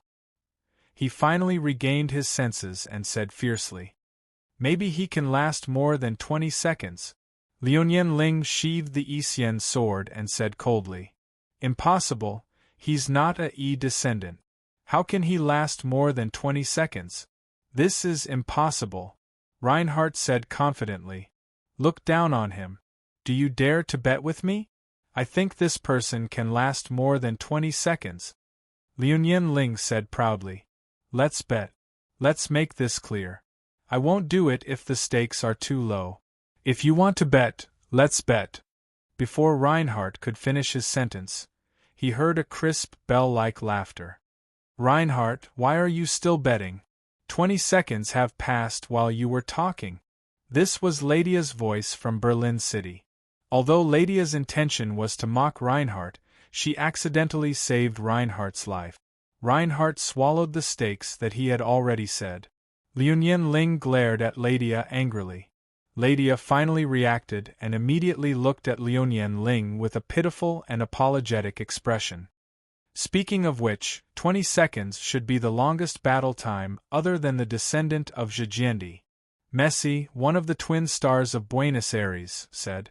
This was the first time he had taken the initiative to talk to someone. Most of the time, he was either passively answering some questions or flirting with his sister, Melanie, intimately with each other. "My dear good brother, you're wrong. It's already 30 seconds. Mei Lan teased. "Oh, I'm wrong. My dear good sister is still smarter." "No, actually, my dear good brother is smarter." Well, the two of them were caught up in the endless display of affection between brother and sister. However, what they said was the truth. Gohan had already lasted 30 seconds, but there was still no notification of failure. Didn't this mean that Gohan was still fighting inside? Everyone began to panic. They strained their ears to listen to the notification of failure that could come at any time. At the same time, a small sapling began to sprout in their hearts. They could not help but ask themselves, does the swordsman from Yuzhong City have the slightest chance of succeeding? As time ticked by, the 30 seconds became 1 minute, then 5 minutes, and finally 20 minutes. The notification of failure still did not appear, but the sapling in their hearts had already grown into a towering tree. Many of the swordsmen already believed that the swordsman from Yuzhong City had a chance of defeating Yuan Ko, who had tortured them all. "Hey, little fellow from the Zhetian family, come here. Let me ask you, is the person who just entered your family?" Reinhardt walked up to Yi Wenjun with a menacing look on his face. He was just short of grabbing Yi Wenjun and asking him a question. No, the Liuyan family only has one descendant. I'm the only one in this generation. I don't have any other siblings. Yi Wenjun immediately replied. F***ck, does that guy really have the ability to defeat that troublesome she-bear? Reinhardt slammed his sword on the ground and asked Yi Wenjun, then let me ask you again. What's the name of the person who just entered? Which family is he from? Since it was possible for Lionheart to defeat the guardian Yuan Shun and obtain the reward from the endpoint, Lionheart had to pay more attention to Lionheart. He could not let his guard down and had to grasp all the information about Lionheart. It would be of great use later. No matter how stupid Wenjun was, he could tell that Reinhardt was up to no good. He was indebted to Guhan, so he couldn't just give away the information about Guhan. Thus Wenjun clenched his teeth and shook his head. I can't tell you. I can't tell you. Reinhardt did not expect a weak-looking guy like Wenjun to dare to defy him. He was furious and decided to teach the kid a lesson. However, before he could do anything, Liuyan Ling stood in front of him. Enough, Reinhardt. You're getting more and more useless. Do you still want to attack our comrade? I still haven't charged you with the crime of suddenly attacking Guhan. Don't you want to spend a few years in our Yanjing City's discipline committee? No, Miss Liuyan Ling must be joking. How would I dare to touch the descendant of Zhetianjiendi? I just want to know the name of that handsome guy. I want to be friends with him. Is it wrong to be friends with him? Reinhardt said plausibly. Reinhardt, you don't have to interrogate this little guy. I know about that person. Let me tell you. Suddenly, Ashma, who had been silent, said in a loud voice that everyone could hear, that guy's name is Guhan. He was born as a commoner in Yuzhong City. However, his master is Cloudy Sword Immortal Lu Lei. His sword is the Heavenly Sword. He's also a sword master with outstanding swordsmanship. You will never be able to defeat him. Ashma's words caused waves in the crowd. Everyone was shocked by the news that Ashma had just said. Commoner? A Sword Immortal's disciple? The Heavenly Sword Immortal's sword master? And a sword master whose swordsmanship was even better than Reinhardt's? When these conditions were put together, most of the sword bearers present began to feel ashamed of their inferiority. Disregarding everything else, just the heavenly sword in the other person's hand was the object of everyone's envy and jealousy. It must be known that everyone present was a sword bearer of the treasure sword level. The heavenly sword was publicly recognized as the #1 sword master in the treasure sword level. The sword master that hadn't appeared in the world for 350 years had actually appeared again. Didn't that mean that the other person was the #1 sword bearer in the treasure sword level? Was he the most powerful person present? Ashma, how reliable is your information? How do you know all this? Reinhardt asked in a deep voice. If what Ashma said was true, then Guhan was definitely a powerful opponent. There would be many variables in the operation later. Reinhardt had to find out whether what Ashma said was true or not. Of course it's true. It was Miss Liuyan Ling who told me about Guhan's name and master. As for the heavenly sword in his hand, I personally experienced it. She really is a powerful sword master. In that narrow road battle, my future sword was completely defeated by Lady Heavenly Sword. As for his swordsmanship, Reinhardt, don't tell me you've forgotten the strike he used before he left? Ashma's words were reasonable and convincing. At the very least, Reinhardt was rendered speechless by Ashma's last sentence. That sword strike was probably something that Reinhardt would never forget for the rest of his life. Just as everyone was discussing Guhan, the male version of Jiandi's voice that they had been waiting for finally rang out. Some trial takers have reached the final finish line. The final finish line will be opened in an hour. Everyone can enter and take a look. There was a long period of silence. No one could believe that someone had actually defeated the terrifying Yuan Ko. F***CK. Suddenly, Reinhardt slapped his thigh.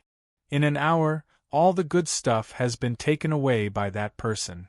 Where the heart is. After Guhan entered the final finish line, he found that there were 2 identical doors in front of him.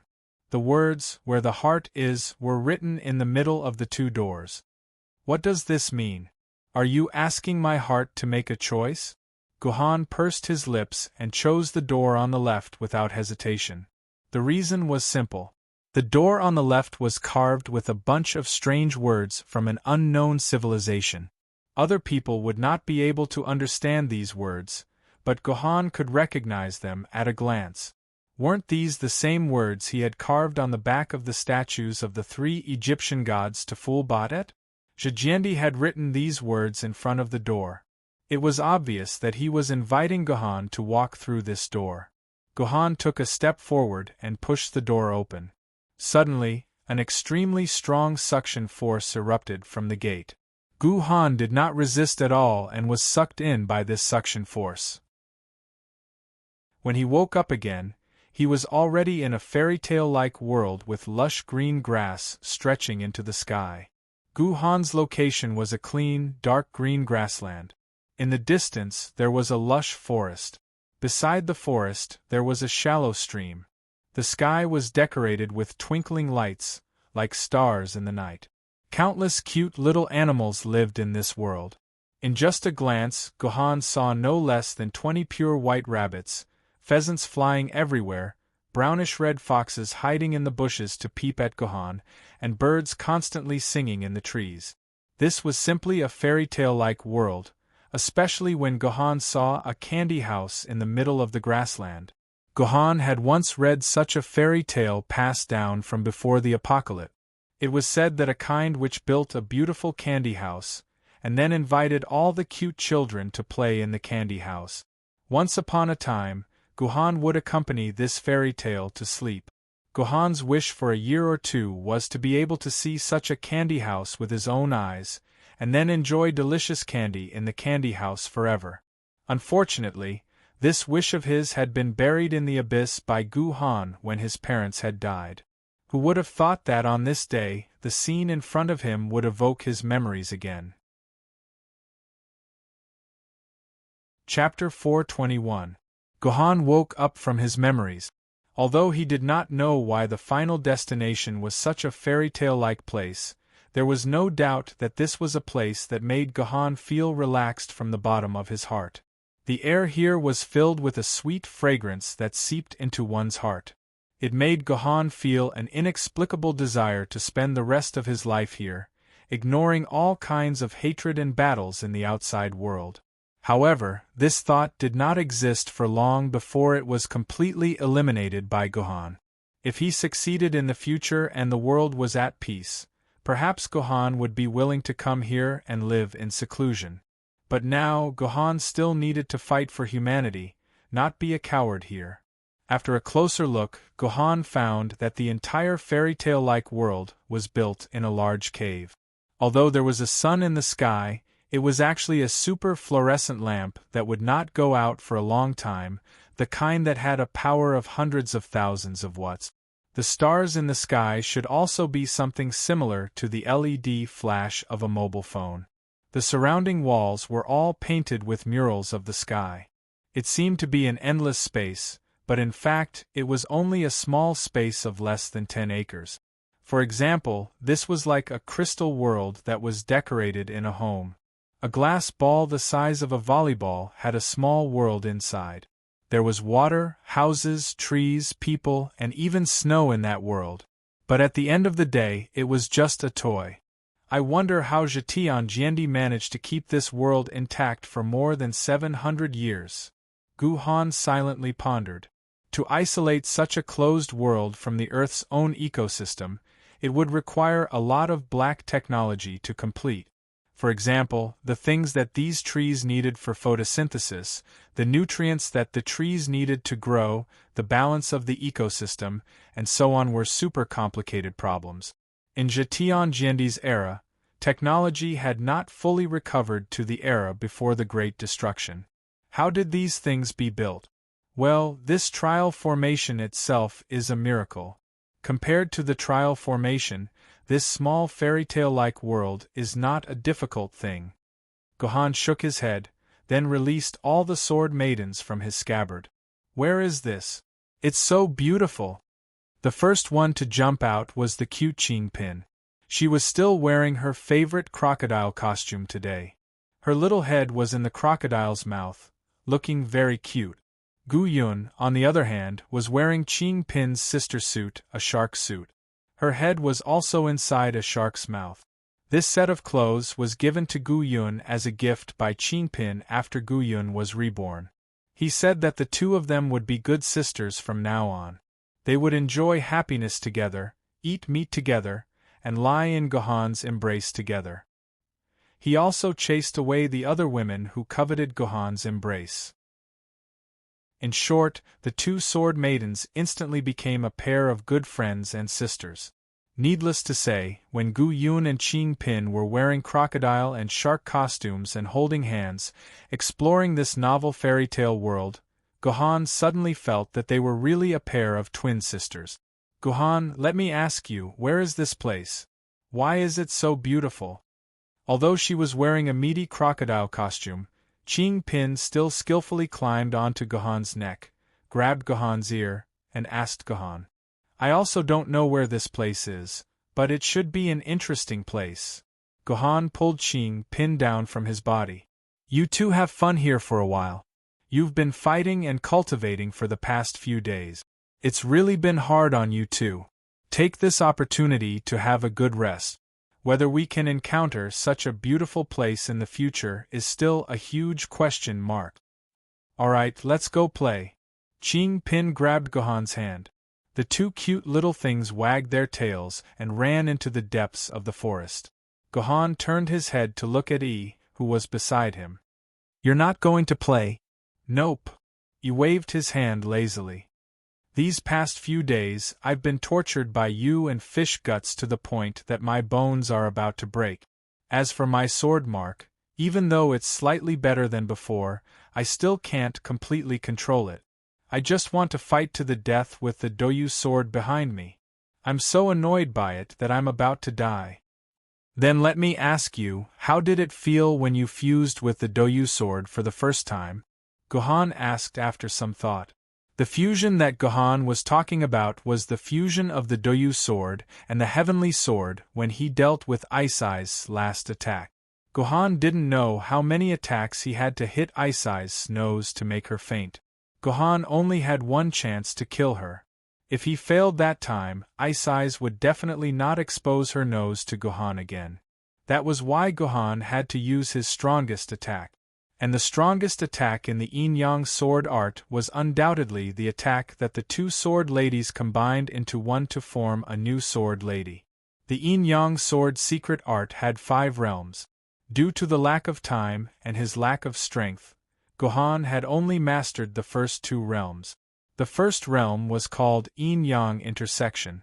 It allowed the sword wielder to hold 2 sword ladies at the same time. At the same time, the physical attributes of the 2 sword ladies would be added to the sword wielder's body. It was worth noting that this yin-yang intersecting buff could only be activated when the wielder held both swords at the same time. When 2 sword maidens fought alone, they would not be able to activate the buff of their physical attribute. In other words, in order to use the yin-yang intersection buff, Gohan had to fight in his sword master form. The second realm of the yin-yang sword secret art was called yin-yang combination. It allowed the 2 sword ladies to fuse into one and form a new sword master. This way, when the sword master came out to fight, the attributes of the 2 sword ladies would be added together. There was no need for the sword wielder to fight personally. If the sword wielder fought personally, their strength would increase by another level. Controlling a sword master with twice the physical attributes of a sword master with twice the physical attributes of a sword master with twice the physical attributes of a sword master with twice the physical attributes of a sword master was amazing. This was the strongest attack that Gohan could use. From the results, it could be seen that the effect of this attack was very obvious. Although a bear's nose was the weakest part of a bear's body, no matter how weak its defense was, with the Isis Meteor level Yuan Ko as a foundation, its defense wouldn't be too bad. At the very least, it would have the defense of an ordinary nether level Yuan Ko. Gohan's strongest attack was able to pierce through the nether level Yuan Ko's defense. This proved that Gohan already had the ability to fight against a nether level Yuan Ko. It wasn't like when he defeated Isis by attacking the opponent's weakness and knocking him unconscious. Instead, it was a true victory by completely destroying the opponent's body. It's not that great. It feels like a child was stuffed under my body, and this child isn't even my own, and it's stuffed back into my body when it's 5 or 6 years old. Etion's criticism was very sharp, allowing Gohan to understand Etion's feelings just by listening. But it's not without benefits. At least I experienced a feeling that I've never experienced before, a feeling of power that I've never felt before. Etion stretched. Just because of this feeling, when we have to fuse in the future, let me fuse as much as you want. I'll help you defeat all your enemies. After saying this, Etion disappeared. Gohan revealed a smile, got up from the ground, and began to slowly walk towards the candy house. Gohan knew that if Zetian Jindi left something for him, it would definitely be in the candy house. After walking to the front of the candy house, Gohan discovered that it was actually a real candy house. The walls of the candy house were made of dark chocolate, and the decorations on it were inlaid with hard fruit candy of various colors. The white windows looked like they were made of white chocolate, and the steps leading upstairs were filled with golden syrup. The chimney of the house was made of large pieces of ginger candy, and the smoke coming out of it looked like cotton candy. Seeing such a beautiful house, smelling such a sweet smell that was like a childhood dream, Gohan was a little afraid to touch the house, deeply afraid that if he used too much force, he would push this perfect house down. In fact, Gohan was even more afraid that his dirty body would pollute this pure candy house. Gohan never thought that he would be so conflicted. Just 10 seconds ago, Gohan planned to break the door without any hesitation. It was just candy. If he lost his life, why would he care about candy? However, when he really stood in front of this fairy tale building, Gohan began to struggle. He instinctively resisted, unwilling to destroy the beauty of this candy house, unwilling to pollute the purity of the entire candy house. Just as Gohan was in a dilemma, the door to the candy house suddenly opened, and a person walked out. She was holding a tray in her hand, and on it was a golden cicada robe and a pair of snow-white cloth shoes. "Husband, you're already at your own door, why are you still hesitating? Quickly change into these clothes and go home." A voice that had been repeatedly echoing in Gohan's mind recently said. This voice caused Gohan to shiver from head to toe. He raised his head and saw I Ching's gentle face looking at him affectionately. The corners of her mouth were brimming with a smile of reunion after a long time. "Well, I'm back." Not knowing why, Gohan's heart came up with such a sentence, and then so naturally answered. Chapter 422. Welcome home, my husband.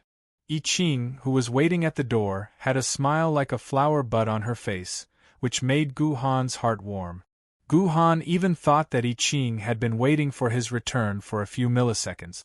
However, Gohan quickly realized that I Ching had already left this world. The I Ching in front of him was definitely not the real I Ching. Gohan carefully observed this I Ching's face, and found that compared to the young I Ching in the dungeon, this I Ching looked much more mature. There was a feminine charm and gentleness between her eyebrows.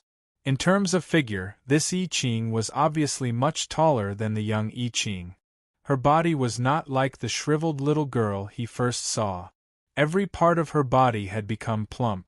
In terms of appearance, this I Ching should be in her 30s. Gohan silently made such a judgment in his heart. However, what made Gohan feel strange was that I Ching's figure was still the same as when she was a young girl, although she was already in her 30s. She was somewhat shriveled, thin, and her buttocks and chest did not rise or fall. She still looked like a tomboy. She did not look like a mature woman in her 30s at all. However, when Gohan thought about it, this should be the most normal appearance. In history, the heaven-covering Jiendi had deceived everyone with his identity as a man. If he became as plump as a girl in his 30s, how could he hide it from the eyes of the world? Only by thinking of his current appearance could people not see him as a young man. "Husband, why are you standing at the door? Hurry up and change." I Ching saw that Gohan had been standing at the door and looking at her. She blushed and squatted down. She held Gohan's feet and prepared to help Gohan take off his shoes. "No need, I'll do it myself." Gohan shuddered and immediately tried to pull his leg out from I Ching's grasp, But he didn't expect I Ching's grip to be so strong, and Gu Han had to use some strength to jump back. He only heard the sound of a lump, and Gu Han's leg was a distance away from I Ching, but I Ching's hand was still holding on to Gu Han's ankle. What was going on? I Ching's hands were like rubber as Gu Han stretched them 3 to 4 meters away. This truly gave Gu Han a fright. "I'm sorry, Ching," scared husband. Seeing Gu Han's surprised expression, I Ching took a step back like a frightened rabbit. Then, her hand left Gu Han's ankle and retracted like a rubber band, becoming a normal arm. "Give me the clothes, I'll wear them myself." Gu Han quickly recovered from the shock and said to I Ching. So, I Ching handed the clean clothes and shoes to Gu Han. After Gu Han changed into them, he stepped into the candy house that originally only existed in fairy tales. "Husband, please." I Ching gently pushed open the door of the candy house. Only then did Gu Han see the decorations inside. There was a living room decorated with various bright colors. Inside the living room, there were 2 rooms with their doors closed. There were all kinds of lovely and artistic decorations in the living room.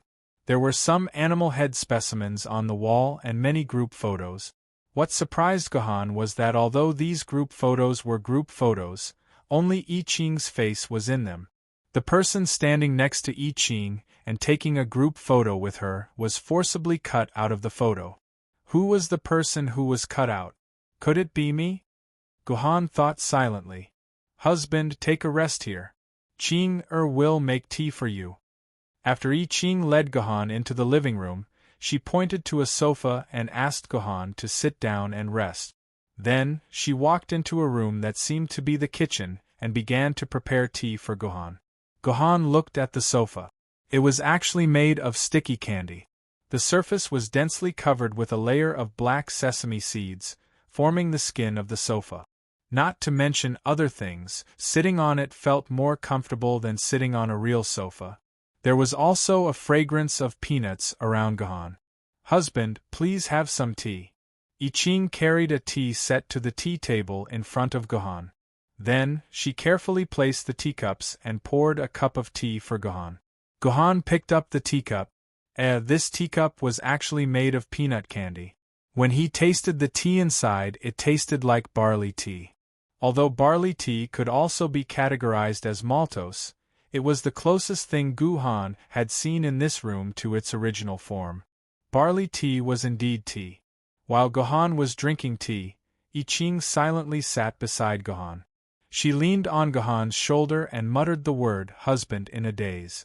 Although Gu Han's stomach was full of questions, Gu Han didn't say anything. He just kept drinking the bitter barley tea. It was clearly a sugar, but it had a bitter taste. This barley tea was really a magical thing. "Husband, don't you want to ask Ching any questions?" After waiting for a long time, Gu Han didn't ask any questions. Instead, I Ching took the initiative to ask. "Yes." Gu Han nodded. "But we still have a lot of time. You don't have to be impatient. You can still lean on my shoulder for a while." "Husband, you're still so good." Ching has no regrets following husband. I Ching hugged Gu Han's waist and said in a daze. However, after a while, I Ching helplessly straightened her body. Although Ching also wants to stay with husband for a long time, husband can only stay here for an hour. After an hour, husband has to leave this place, so Ching still has some things to tell husband. An hour? When Gu Han heard that there was a time limit, he frowned. "Why is there a time limit? Husband, how long do you think this place can exist?" I Ching smiled bitterly. In order to preserve this place, Ching extracted all the bacteria and oxygen in it. Then, she used the life confinement array to preserve this place for 700 years. Now that you've entered, the oxygen and bacteria will return to this place, and the shackles on life will be lifted. After all, this is something that goes against the heavens. A life that has been sealed for 700 years will turn into a pile of bones in an hour, and these candies that have been sealed for 700 years will turn into a puddle of stinky water. Therefore, you can only stay here for an hour, husband. So that was why. Guhan believed I Ching's explanation. No wonder this strange place could maintain its beauty for 700 years. No wonder the animals, plants, birds, beasts, insects, and fish were still so lively. It turned out that their lives were all poor people who had been imprisoned. Although this allowed them to defy the laws of nature and live for more than 700 years, the price was that they could only live for about an hour after their resurrection. Even this candy house would probably rot into a pool of black water in a short time due to the corrosion of bacteria and oxygen. You shouldn't have told me this. I don't want to imagine this place being destroyed. Guhan pondered for a while and finally said this. These were Guhan's heartfelt words. He really didn't want to see this place destroyed. He really liked this dreamy fairytale zone. No matter how beautiful it is, it has to be destroyed. Even Ching will turn into a pool of disgusting water after an hour. So, Ching hopes that husband can leave this place as soon as possible. The sooner, the better. Then, Ching will be satisfied. I Ching said sadly. I Ching, you're also a candy maker, right? Seeing I Ching's expression, Guhan recalled I Ching's arm that could stretch to a few meters long. He naturally had some guesses about I Ching. I Ching was the same as this candy house. They were both made of candy. Husband's wisdom is still so amazing. Even though Ching-er's body has been made flawlessly, husband still saw through it. When I Ching said this, his expression seemed a little depressed and a little excited. A candy man could make these subtle expressions so perfectly. Just as I Ching said, it had reached the point of flawlessness. Even a flawless appearance can't hide the sweet smell on your body. Plus your hand just now. Your hand should be made of gummy candy, right? Guhan said leisurely. No, it's not gummy candy. I Ching stretched out his finger. This is called QQ candy. The scientific name is Wang Zai QQ candy. Wang Zai QQ candy? Why did you give it such a strange name? Guhan asked. This name was too stupid. How could there be such a stupid name in this world? You have to ask yourself this question. This name was given by husband. I Ching's answer made Guhan feel a little ashamed. Turned out that such a stupid name was given by himself. I Ching, can you tell me what's going on with you now? Guhan thought for a while and asked this question. Ching-er is probably a puppet now. I Ching's face was full of smiles. But the real I Ching left a lot of memories for Ching-er before he left. Ching-er feels that Ching-er is the real Ching-er and his husband's wife. Is that so? Guhan's heart was full of emotions. What kind of entanglement did this heaven-covering Jiandi have with him? He could feel these feelings from her all the time that even he didn't know what to do. Well, husband, let's not talk about these meaningless things. We should get down to business. I Ching clapped his hands and a closed door was opened. There was a sound of an electric motor running inside and a toy truck drove out of the room. There seemed to be something in the back of the truck. Guhan looked at it and saw that there was nothing else in the back of the truck. It was a long sword that was completely black. Could this be the sword lady that Hao Tianjiandi said was about to awaken an emperor sword? Seeing this sword, Guhan's hair stood on end. Chapter 423. What emperor sword? I Ching had a cute, clueless expression on her face. It's just a famed sword maiden, that's all. This is a famed sword maiden? Guhan extended his hand and held the famed sword maiden in his hand. Because Guhan only had 4,000 points of sword essence, he did not have to worry about synchronizing with the sword maiden while holding it. This was a sword maiden that was completely black from head to toe. To use an analogy, Guhan felt that it was more like a sword maiden carved out of a large piece of graphite. Don't you know what graphite is? Don't worry, go get a pencil and pull out the pencil lead, then you'll see the graphite. Of course, if you get blackened because you pulled out the graphite, then it would have nothing to do with the author. However, although this sword was as black as graphite, it did not leave a mark on Gohan's hand. The shape of this sword was quite simple. It was a rectangular sword hilt with an ordinary blade sticking out of it. If there was anything special about it, it would be that this sword's blade was very long. It was estimated to be about 1.2 meters long, which was about the same height as a poor person. It would probably be quite awkward to use it, and it would require a special sword technique to complement it. Gohan's fingers touched the blade of the sword bit by bit, using his skin to feel the aura of this sword. Yes, using his skin to feel the aura of this sword. If Gohan did not remember all the sword ladies of the ancient and treasure sword grades, then Gohan definitely remembered and understood all the sword ladies of the famed sword grades. There were 403 famed sword maidens in total, and Gohan had memorized all of them in a week. However, in Gohan's memory, this completely black sword had never appeared before. In other words, this was a new famed sword maiden that had not been recorded by humans. This was a huge discovery that could be called big news. It was not like the first few hundred years after the apocalypse. At that time, new sword maidens would be discovered every year. However, now that it had been more than 1,000 years, even the ancient sword maidens, which had the most numbers, rarely had new members. Generally speaking, it was possible to find a brand new sword maiden every few years for ancient sword maidens, and it was possible to find new sword maidens every few decades for treasured swords. However, for famed swords, the last famed sword maiden had been around 50 years ago. Unfortunately, if this was the only famed sword maiden that had been found, it would be normal for the 8 bases to broadcast the news for 3 days and 3 nights. However, this time, there was a brand new Emperor Sword Level Sword Lady that had been discovered. This famous Sword Level Sword Lady had become a bonus, an appetizer. Because this was a newly discovered sword lady, there was naturally no information about her in the human database. Gohan had no way of knowing how strong this sword lady was, so he could only use his skin to sense it. This was similar to a human's sixth sense. There was nothing scientific about it, but there were always miraculous stories about it. This is indeed a famed sword maiden, and I can feel the great power contained within it. Moreover, the material used is very special. It seems to be a wooden sword made from a type of wood. Gohan put down the famed sword maiden in his hand and made this judgment.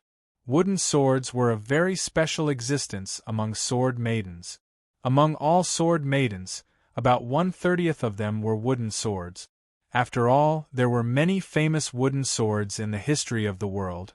Moreover, most people would use wooden swords when they first started swordsmanship. However, because of the material used to make wooden swords, they were not very powerful after they became sword maidens. They were considered to be at the bottom of the list. Among the ancient sword maidens and treasure sword maidens, 3 out of 10 were wooden swords. Therefore, Gohan was very surprised. The famed sword maiden in his hand had a power that even the Yu King Gojien's sword could not compare to. This was a power that could be ranked in the top 10 of the famed sword maidens. This kind of power actually came from a wooden sword. It was too miraculous. My husband's eyes are as bright as a torch. If Ching Er remembers correctly, this sword will fight with the 3-foot goddess for the number 1 spot in the famed sword tier in the future. I Ching chuckled. This sword can actually fight with the 3-foot sword for the number 1 spot. Gohan once again sized up the sword maiden in his hand in disbelief. Although Gohan had already guessed that this sword could fight for a spot in the top 10 of the famed sword tier, he never imagined that it could actually fight with the 3-foot sword for the number 1 spot.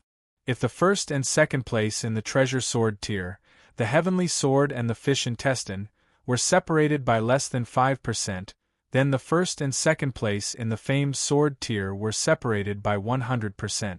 That's right, the difference in strength between the first and second place in the famed sword tier was just that terrifying. The first place sword maiden was able to crush the second place by a whole fold. That's right. I Ching blinked. My husband will know the specifics in the future. Qing Er won't explain it to my husband. I'll leave you with some suspense. Then what's this sword called? You can at least tell me. Gohan took a step back and asked for the next best thing. That's not a problem. Actually, my husband, you already know her. Her name is Juzi Sword, I Ching said with a smile. Juzi Sword, it's actually her? Gohan came to a sudden realization. No wonder I Ching said that he knew about her long ago. In Sword Maiden Online, Gohan had already collected a total of 9 Juzi Sword's mechanical birds and placed them in his pocket. No, since the game already had a keepsake of Juzi Sword, didn't that mean that humans already knew about Juzi Sword? How could it be a new and undiscovered Sword Maiden? But on second thought, Gohan immediately reacted. Since Zhetianjiandi was able to leave a foreshadowing of the heroes begin at the end instance dungeon, then leaving a keepsake of Juzi Sword didn't seem to be a big deal. After all, Juzi Sword was hidden here by Zhetianjiandi. Zhetianjiandi must have a deep understanding of Juzi Sword. My husband, please hide this Juzi Sword well.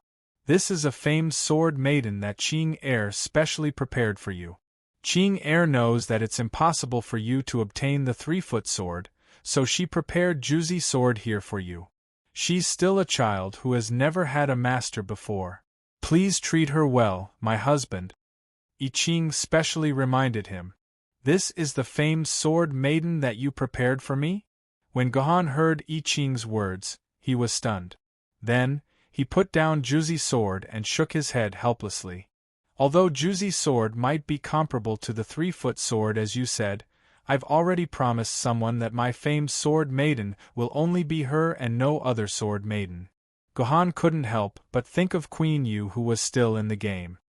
He had been separated from her for about 20 days. He didn't know if she would go crazy thinking about him.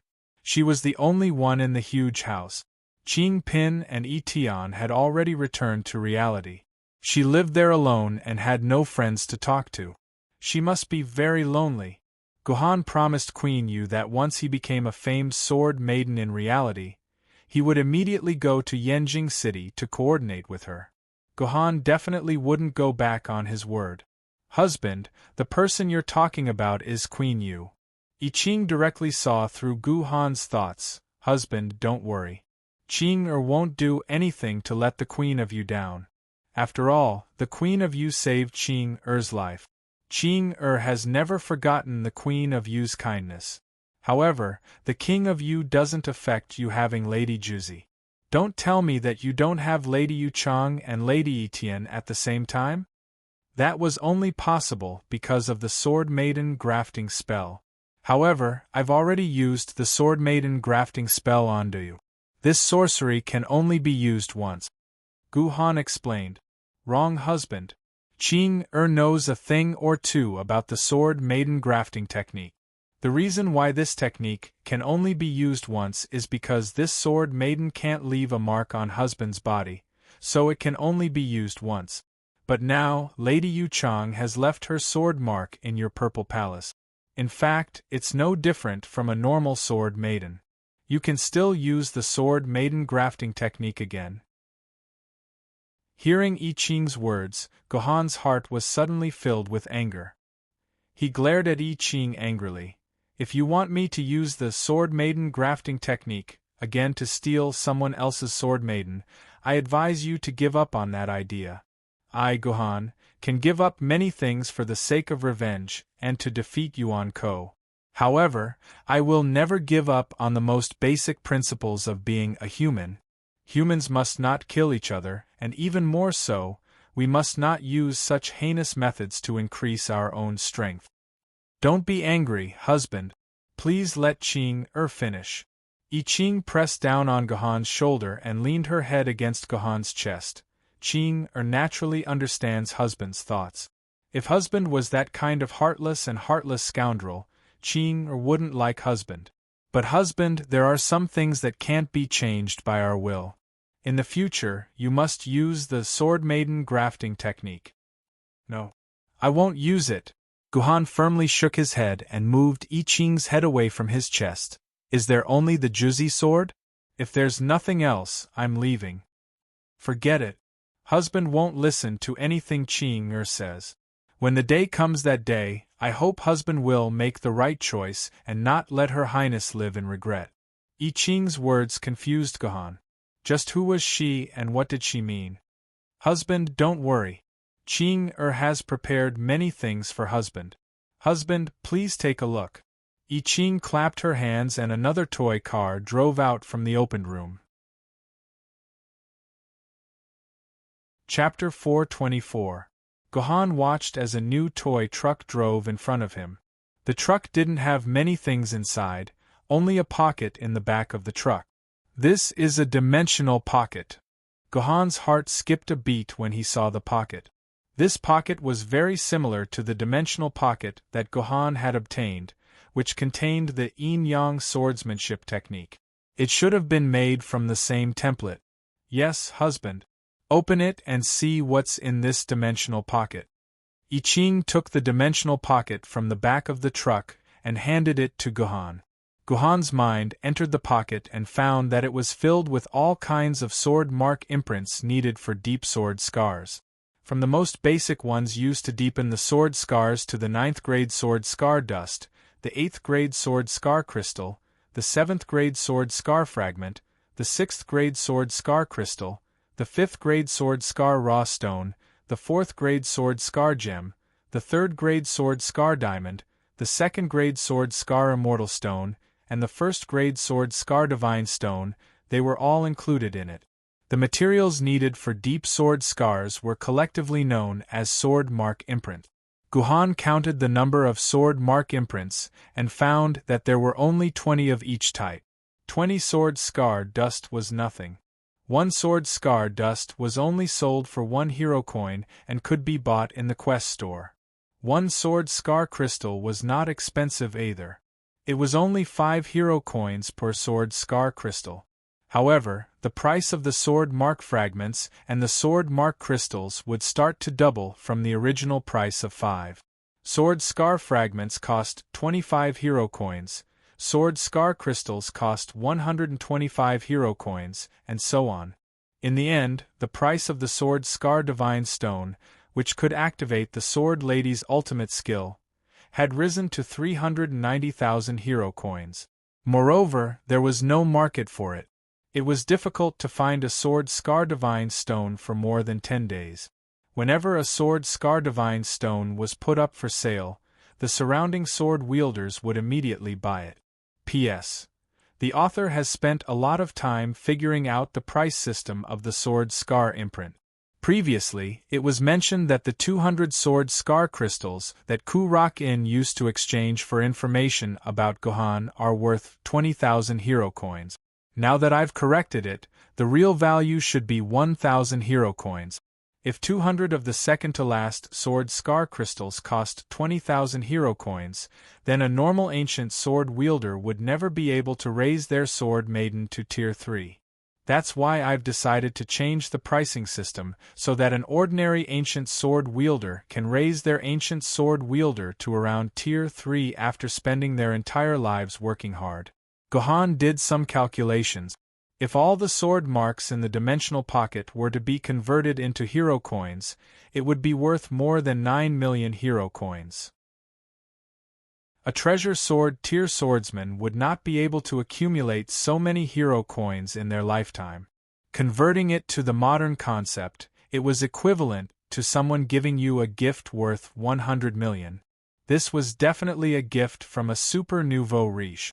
20 of each type of sword scar imprint is just enough for husband to raise Qingpin, Heavenly Reliance, and Fishbowl to Tier 1. Husband, you must be careful when you use them. Don't lose too many. Qing doesn't have any more, I Ching said slowly. Gohan shook his head. You're wrong. Heavenly Reliance and Fishbowl need 5 sword scar imprints each time, while Qingpin only needs 1. Altogether, 11 of each type is enough for me to raise them to Tier 1. Why would I need 20? Gohan suddenly stopped speaking. He suddenly remembered what had happened when he gave Qingpin a sword scar imprint in Yuzhong University. When Qingpin had raised his sword scar powder to tier 9, he had used up a total of 10 sword scar powder. This was 10 times more than a normal ancient sword maiden. Although he did not leave a deep sword mark on the poor man from then on, Gu Han was 80 to 90% sure that if he continued to leave a deep mark on this little ancestor in the future, it would probably be the same as when he left a 9th grade mark on the poor man. He would need to use 10 sword marks. The heavenly sword and fishbowl sword, which were treasured swords, only required 5 of them. The poor sword, on the other hand, had already reached the level of a sword maiden, which was a famed sword. In other words, if he wanted to raise all 3 of Gohan's sword maidens to tier 1, he would not need the normal 11 sword scar powder. 20 sword scar powder was exactly the amount that I Ching had given him. I Ching's calculation was right. Instead, he had forgotten about the uniqueness of being poor. It seemed that I Ching had a very deep understanding of him. He actually knew such a secret as being poor. It seemed that in the future, he would really trust I Ching to the extreme. Perhaps this was the trust between husband and wife. Seeing Gohan silently transfer the sword scar powder from his dimensional pocket to his old dimensional pocket, I Ching worriedly added, "Husband, you must complete the sword scar powder within 3 days. If you don't complete it within 3 days, I'm afraid that you won't be able to handle the upcoming battle." Battle? Where am I going to fight? Gohan was stunned. After leaving here, he should have followed the Eagle Cat Sword Spirit back to Yuzhong City and then prepare for the 8th Academy Tournament that would begin in 10 days. Even if the 8th Academy Tournament was indeed going to be a battle, that would only happen in 10 days. Why did I Ching say that there would be a battle that he would not be able to handle in 3 days? Thinking of this, Gohan suddenly remembered the news of the fall of Yeyang Fortress. Could it be that Yuan Ko did not stop while he was ahead and intended to further threaten Yuzhong City? A sense of urgency surged in Gohan's heart. He had to leave the trial array as soon as possible and return to Yuzhong City to protect his city. Don't worry, husband. As the saying goes, the boat will cross the bridge when it reaches the end. Even if you leave now, you won't be able to make it in time. Qing Air still has some important things to give you, I Ching said as the second door opened. However, this time there was no toy truck. Instead, I Ching walked into the room and soon came out with 2 brocade boxes. Husband, do you still remember this thing? I Ching first opened the smallest brocade box. There was nothing else in this brocade box. Only a small golden sugar pill was placed in the center of the brocade box. It's actually this. When Gohan saw this little sugar pill, his entire body began to tremble. Of course, Gohan recognized this thing. It was this thing that allowed Gohan to experience what it felt like to be a sword wielder at the level of a fairy sword. In the Wu-Tang Peak instance of Sword Maiden Online, Gohan, who was burnt to a crisp by Zayuneta, received this pill from the Wu-Tang sect leader. That pill instantly healed all of his injuries and temporarily gave him 1,000,000 quarks of sword essence, allowing him to experience what it felt like to be a sword wielder at the level of a fairy sword. In the battle with Zayuneta, he seemed to have damaged his brain nerves in the end. He needed to go to the medical center to get a health certificate before he could enter the game again. It was because of this health certificate that Gohan met Song Yifei for the second time. Gohan remembered that this pill had an awesome name. It was called 6 Transformations Immortal Pill. According to the Wu-Tang sect leader, this was an immortal pill given to Zhang Sanfeng by Taishang Laojun. After eating it, one could become an immortal. Previously, the sword wielder of the Wu-Tang sword faction, who was almost 200 years old, had become an immortal sword wielder after eating a 6 Transformations Immortal Pill. After coming out of the Instance Dungeon, Gohan had desperately searched for information about the 6 Transformations Immortal Pill. However, Gohan had searched for all the information he could find. Other than a lot of online novels, Gohan could not find any information about the 6 Transformations Immortal Pill. Gu Han changed his way of thinking and tried to find any information about the survivors of Wu-Tang Mountain, but to no avail. After all, 800 years had passed. At that time, the human information system had not been established yet, so it was reasonable that he could not find any information about those people. Originally, Gohan had forgotten about the 6 transformations immortal pill. He thought that it was just a dream in the instance dungeon. It was impossible for him to encounter such an immortal pill in the real world. However, this immortal pill had appeared in I Ching's hand and was placed in front of Gohan. "This is for me." Even with Gu Han's mental fortitude, he could not help but feel his throat go dry. As long as he consumed that pill, he would be able to become an immortal sword wielder. There was probably no one in this world who could resist such a temptation. "Of course it's for you, husband." I Ching placed the box in Gu Han's hands. Back then, I Ching finally managed to find the descendants of Wudong sect, who had concealed their identities. I tried to reason with them, and finally managed to obtain a 6 revolutions immortal pill from them. All of this was for the sake of giving it to my beloved husband one day. "You obtained this from the descendants of the Wu-Tang sect." Gohan held the 6 transformations immortal pill tightly in his hand. He suppressed his desire to swallow it immediately. "Are the descendants of the Wu-Tang sect still alive? I don't know how they are now. However, when I found them, they were living rather pathetically. They were always hiding in Yanjing City because they were afraid that their identities would be discovered by those who coveted the 6 transformations immortal pill. I don't know if they are still in Yanjing City. Perhaps they have moved to Yuzhong City. Perhaps they are all dead." I Ching did not care about the descendants of the Wu-Tang sect, but Gohan remembered it deeply. "Ching heir, do you still remember where those people live?" Gohan asked. "Of course I remember, but they should have moved away long ago. Why, do you still want to look for them?" I Ching smiled. As she spoke, she gave him an address. Of course, Gohan wanted to find them. If the descendants of the Wu-Tang sect were still alive, then the remaining 6 transformations immortal pill should be in their hands. Such a divine item should not be buried in the hands of a group of mortals. The difficult sword era was coming soon. If humans could use these 6 transformations immortal sword wielder to create a few immortal sword wielder, then the lives of humans would be much better. Gohan silently compared the address on his personal terminal. He was surprised to find that although the address and the house number had long disappeared, the name of the road was still marked on the map. Perhaps he could find some clues. Chapter 425. Whether or not you want to find them is your own business. Ching won't blame you for anything. I just hope that you won't force them because they are all alone. They are just a bunch of pitiful people. I Ching said after telling Gu Han the news of the Wudang sect's survivors. Gu Han nodded and said, "That's right. To the descendants of the Wudang sect's survivors, the 6 revolutions elixir was more precious than their life. Even if Gohan could find them after 700 years, they probably wouldn't hand the 6 revolutions elixir to Gohan.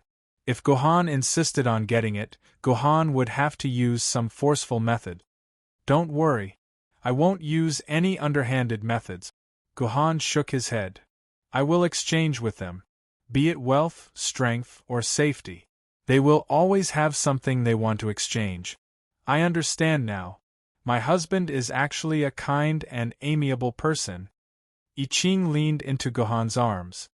"By the way, hubby, you can't take this 6 revolutions elixir before you become an in-name disciple of the Ren school."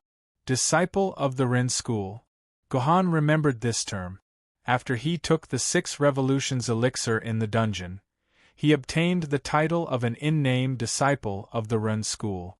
However, wasn't this title automatically obtained after taking the elixir? Why did he have to obtain this title before he could take this thing? As if she could see the doubt in Gohan's heart, I Ching continued to explain, The 6 Revolutions elixir can only be taken by the disciples of the Ren school. If you take the 6 Revolutions elixir before becoming a disciple of the Ren school, there is a 99% chance that your body will explode and you will die. Of course, if you are lucky enough to encounter the 1% success rate, you can also obtain the title of an in-name disciple of the Ren school, just like hubby in the game. There is such a restriction. Guhan also remembered that the 6 Revolutions elixir in the game's attribute panel seemed to have such a description. Item: 6 Revolutions elixir grade, divine item, legendary, effect. There is a 1% chance that you will gain 1 million sword essence points after taking it. There is a 99% chance that you will die immediately after taking it. Once they consumed it, they would immediately join Ren school and become an in-name disciple of Ren school. Introduction: an immortal pill refined by the Grand Supreme Elder. Those who are not disciples of Ren school cannot consume it. Then this immortal pill is pretty useless. Guhan's desire for the 6 Revolutions immortal pill plummeted when he heard these conditions. Reality wasn't a game. In the game, Guhan could bet on the 1% chance of success. At most, he wouldn't be able to enter the game for 3 days. However, in reality, Guhan was burdened with too many things. He would never bet on the 99% chance of failure. Not necessarily. As long as you can find the Heavenly Master of the Ren school and let him accept you as a disciple, you will be promoted from an in-name disciple of the Ren school to a disciple of the Ren school. Then, you will be able to safely consume this 6 Revolutions elixir, I Ching said with a smile. The Heavenly Master of Ren school? There is no celestial master in this world. Is he Yuan Ko or a human? Guhan heard I Ching's words and regained some hope in the pill. 700 years have passed. How would I know where the Heavenly Master of Ren school is? However, haven't you been looking for the Green Lotus Sword Immortal?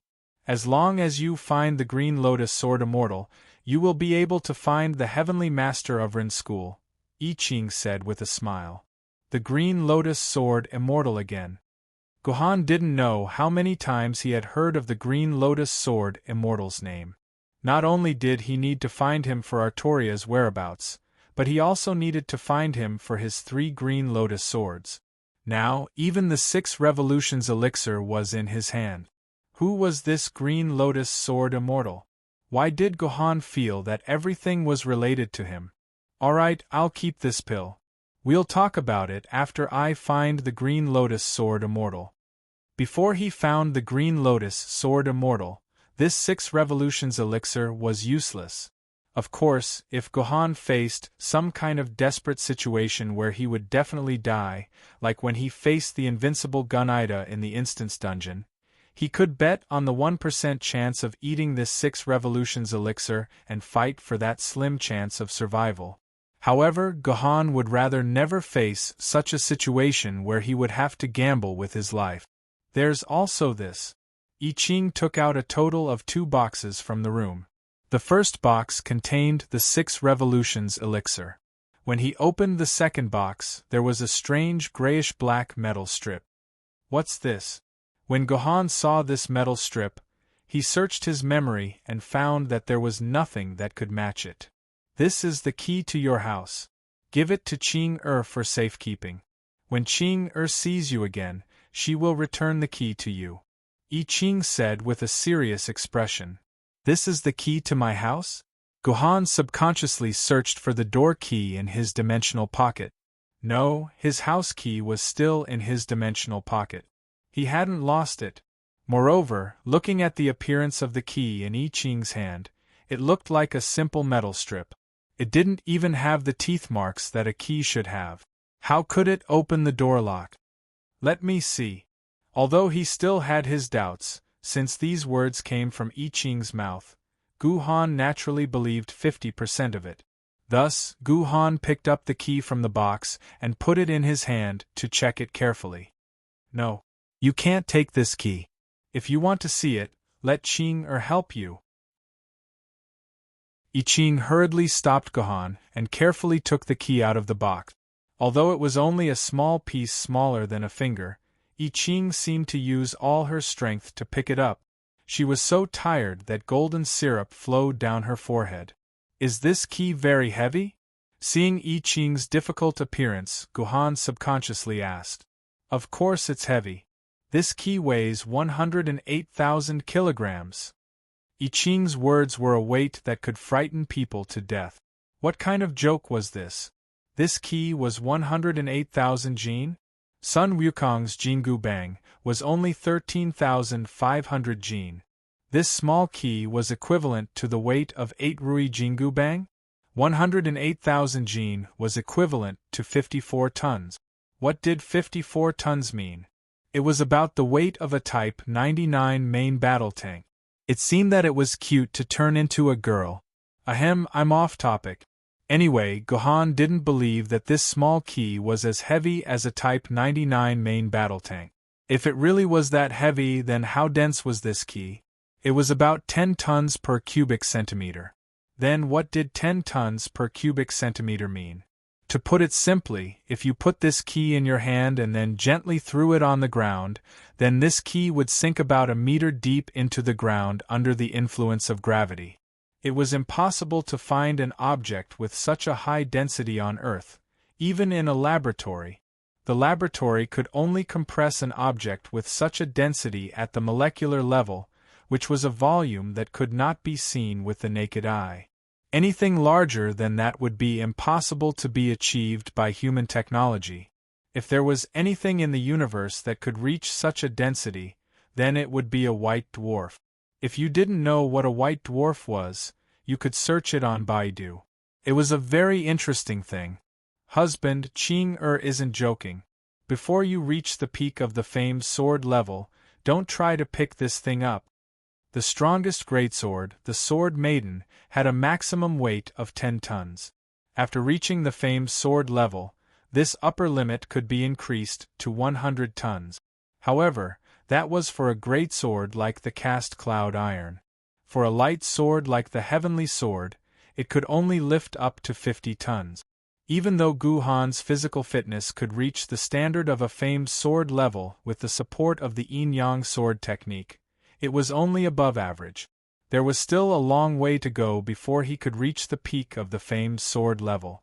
If what I Ching said was right, if Guhan tried to pick up this key before he reached the peak of the famed sword level, a large hole would probably be pierced through his palm. But from another perspective, although it was very difficult to lift it, I Ching was still able to hold such a heavy object firmly in her hand. Didn't that mean that I Ching was equivalent to a famed sword-level sword wielder? At this moment, Iho's forehead kept dripping with golden syrup as she lifted the key. She tried to lift the key higher so that Guhan could see it clearly. Guhan carefully looked at the key. There was nothing special about it. Just like the Juzi sword, it was rather simple and unadorned. However, Guhan noticed that the word Gu was engraved on the small side of the key. It seemed like this really was the key to Guhan's house. Put it away. I won't touch this key. Guhan gestured for I Ching to put the key back. I Ching immediately let out a sigh of relief and put the key back into the box. Strangely, when the key was put back into the box, I Ching's entire body became relaxed, as if the weight of the key no longer existed, although the box containing the key was still in I Ching's hands.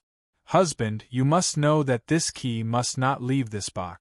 This box has a floating formation that can offset the weight of the key. As long as this key is placed in the box, it can be carried around at any time. Otherwise, even a dimensional pocket will not be able to withstand such a large density and the space will crack. I Ching placed the box in Guhan's hands. The feel of this box in his hands was no different from that of a normal box. Guhan opened the box and looked at the key. Then, he stretched out a finger and tried to push the edge of the key. Although Guhan could not focus all his strength on his finger, with Guhan's current physical fitness, Guhan's finger could still push a weight of 1 or 2 tons. However, this key did not move at all. It was like a house with a sturdy foundation. At this moment, Guhan finally believed that this small key could indeed weigh tens of tons. Chapter 426. Ching tell me, where is this key? Anyway, it's definitely not the key to my house. According to I Ching, this key seemed to be the key to Gohan's house. However, Gohan could clearly tell everyone that this was not the key to his house at all. The weight of his house was not even a fraction of the weight of this key. If the key was inserted, the entire door would probably collapse and smash a huge hole through the entire building. Of course, this is the key to my husband's house. However, it's not the key to my current house. It's the key to my ancestral land. I Ching said mysteriously. The words ancestral land deeply stimulated Gohan. Could it be that the ancestral land that I Ching mentioned was the mysterious ancestral land of his family that had all traces of its existence erased? Where? Gohan took a deep breath. Where is the door to this key? Where is my ancestral land? You asked Ching this question, but Ching doesn't know how to answer. I Ching tilted her head. You've been with Ching for so long, but you've never mentioned anything about your family. You only gave this key to Ching when you were about to separate and asked her to leave it to you. Therefore, Ching doesn't know where your ancestral land is. Did I give you this key? And I didn't tell you about my family? Gohan hesitated for a moment. Then, he closed the box and put the key into his dimensional pocket. Since he didn't tell I Ching about his family after returning to the past, it meant that he had to hide it for some reason. He didn't want to tell his current self about it. This also proved how deep the waters of his family were. Perhaps even sword spirits and sword immortals wouldn't be able to understand the story behind it. Don't worry, hubby. Since you asked Ching to give this key to you, it means that you'll need this key sooner or later. When that time comes, everything will come to light. I Ching comforted Gohan. I understand. Gohan nodded his head and looked at I Ching expectantly. From the Juzi sword at the start, to the sword scar imprint, to the 6 revolutions immortal pill, the clan key, Gohan had obtained many things from I Ching that he could never have imagined. He wondered if I Ching had anything else that he had yet to give to him. And this. Sure enough, I Ching had something to give to Gohan again. But this time, the place where I Ching hid the thing surprised Gohan. I Ching had actually put her hand into her skirt, and then one of her hands was constantly twitching and rubbing between the valley of her crotch, as if she was touching herself in an action movie from a certain island country before the cataclysm. As I Ching kept touching herself, her expression kept changing. At first, she could still maintain her composure, but later, she gradually fell into a daze.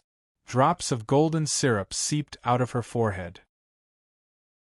In the end, she couldn't control her mouth anymore and started to let out soft moans. This was very awkward. Gohan didn't know how to deal with I Ching's actions. Should he stop her or not? Faced with this scene, Gohan had completely lost the ability to judge. In the end, he could only let I Ching torment his body. After a while, after a long period of panting and spasms, I Ching's body finally calmed down. She slowly withdrew her hand from her skirt, but this time, there was a transparent green gem in her hand. Husband, this is Ching-er's last gift to you. I Ching handed the gem to Gohan and said word by word, Husband, please keep this green onion stone. This is the key to control the whole trial formation. With this stone, husband can control the whole trial formation. Everything in the trial formation will be used by husband. Seeing this green onion stone, Gohan hesitated for a while, but he still took it from I Ching's hand. He didn't know where this stone was taken from, but the surface of the stone was covered with a layer of sticky honey. It was really honey. Gohan couldn't help but sniff it. It was indeed a pure smell of honey. It wasn't a descriptive word from a pornographic novel. Why did you hide it in there? Although Gohan really wanted to ask this question, after a long time, he finally asked this question, How do I use this green onion stone? How do I use it to control the whole trial formation? Husband, please put the green onion stone on the green stone ring. The green stone ring will tell husband about the rest. I Ching seemed to be a little weak, and her voice started to become weak. She seemed to be unable to stand. Her legs went soft, and she fell on Gohan's body. Gohan caught her and held her in his arms. Ching-er, are you okay? Gohan ignored Ching Chongshi and looked at I Ching with concern. Her body seemed to be in a terrible state. It's okay, husband. Ching-er is just a little tired. Husband, quickly use the green onion stone. Ching-er will be fine after a short rest. Under I Ching's repeated persuasion, Gohan placed the green onion stone ring on his finger. Once the green onion stone ring came into contact with the green stone ring, it immediately absorbed the green onion stone ring. The green onion stone ring seemed to become soft mud, and it slowly absorbed the green onion stone ring. Finally, it completely enveloped the green onion stone ring. At this moment, it was like a lightning strike in Gohan's mind. Countless information surged into Gohan's memory. These were the ways to use the green onion stone. It turned out that if humans wanted to use the green onion stone to control the trial formation, they had to have the cooperation of the green stone ring. These two were indispensable. This was also to prevent outsiders from taking control of the trial formation due to some special reasons. With the cooperation of the green stone ring and the green onion stone, Gohan could control the operation of the entire trial formation. He could change the attributes of each room, the route of advancement on the map, the strength of Yuan Ko, whether it was a prop room or an event room. Gohan could even move people in the trial formation from one place to another. In short, in the trial formation, Gohan was like a god. Even if it was an immortal sword wielder, they would not be able to gain any advantage from Gohan in the trial formation. The benefits of this trial formation were not just this. In addition to being able to act like a tyrant within the range of the trial formation, Gohan could also control the memory fragments of Gyendi in the trial formation. He could bring these Yuan Ko to the outside world to fight for him. There were a total of 240 Yuan Ko memory fragments in the trial formation. From the lowest mouse level Yuan Ko to the powerful spirit sword wielder, Yuan Ko, who was equivalent to an ordinary spirit sword wielder, Gohan could summon them from the trial formation to Gohan's position at any time to fight for Gohan. To be able to summon a spirit sword wielder to fight for them, most of the Gyendi families only had this strength. Other than the top few Gyendi families that had a mortal sword wielder, the rest of the Gyendi families had the highest battle power of a spirit sword wielder. After obtaining the control of the trial formation, Gohan was equivalent to having a powerful strength that was not weaker than the Gyendi family. In fact, his battle power was even slightly stronger than the Gyendi family. This was because the Gyendi family's sword wielder needed to look after too many places, so it was impossible for them to all gather around the patriarch. However, Gohan only needed a thought, and more than 200 Yuan Ko could appear around Gohan at the same time. Who was superior and who was inferior, it was clear at a glance. However, this ability had a huge drawback, and that was, if the memory fragments left the protection of the trial formation and entered the outside world, then they would inevitably be eroded by the external energy. With the protection of the trial formation, these memory fragments could exist for 700 years without disappearing.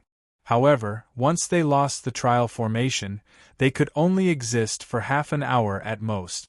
After half an hour, no matter what level the memory fragments of Yuan Ko were, they would all dissipate in the air and return to the most basic particle form. Even if they were only brought back to the trial formation for a short second in the outside world, it would not be able to prevent the dissipation of the memory fragments. This was something that could not be reversed once it was triggered. Therefore, if Gohan wanted to use the Yuan Ko in the trial formation, he had to be very cautious. Unless it was absolutely necessary, he could not summon these Yuan Ko.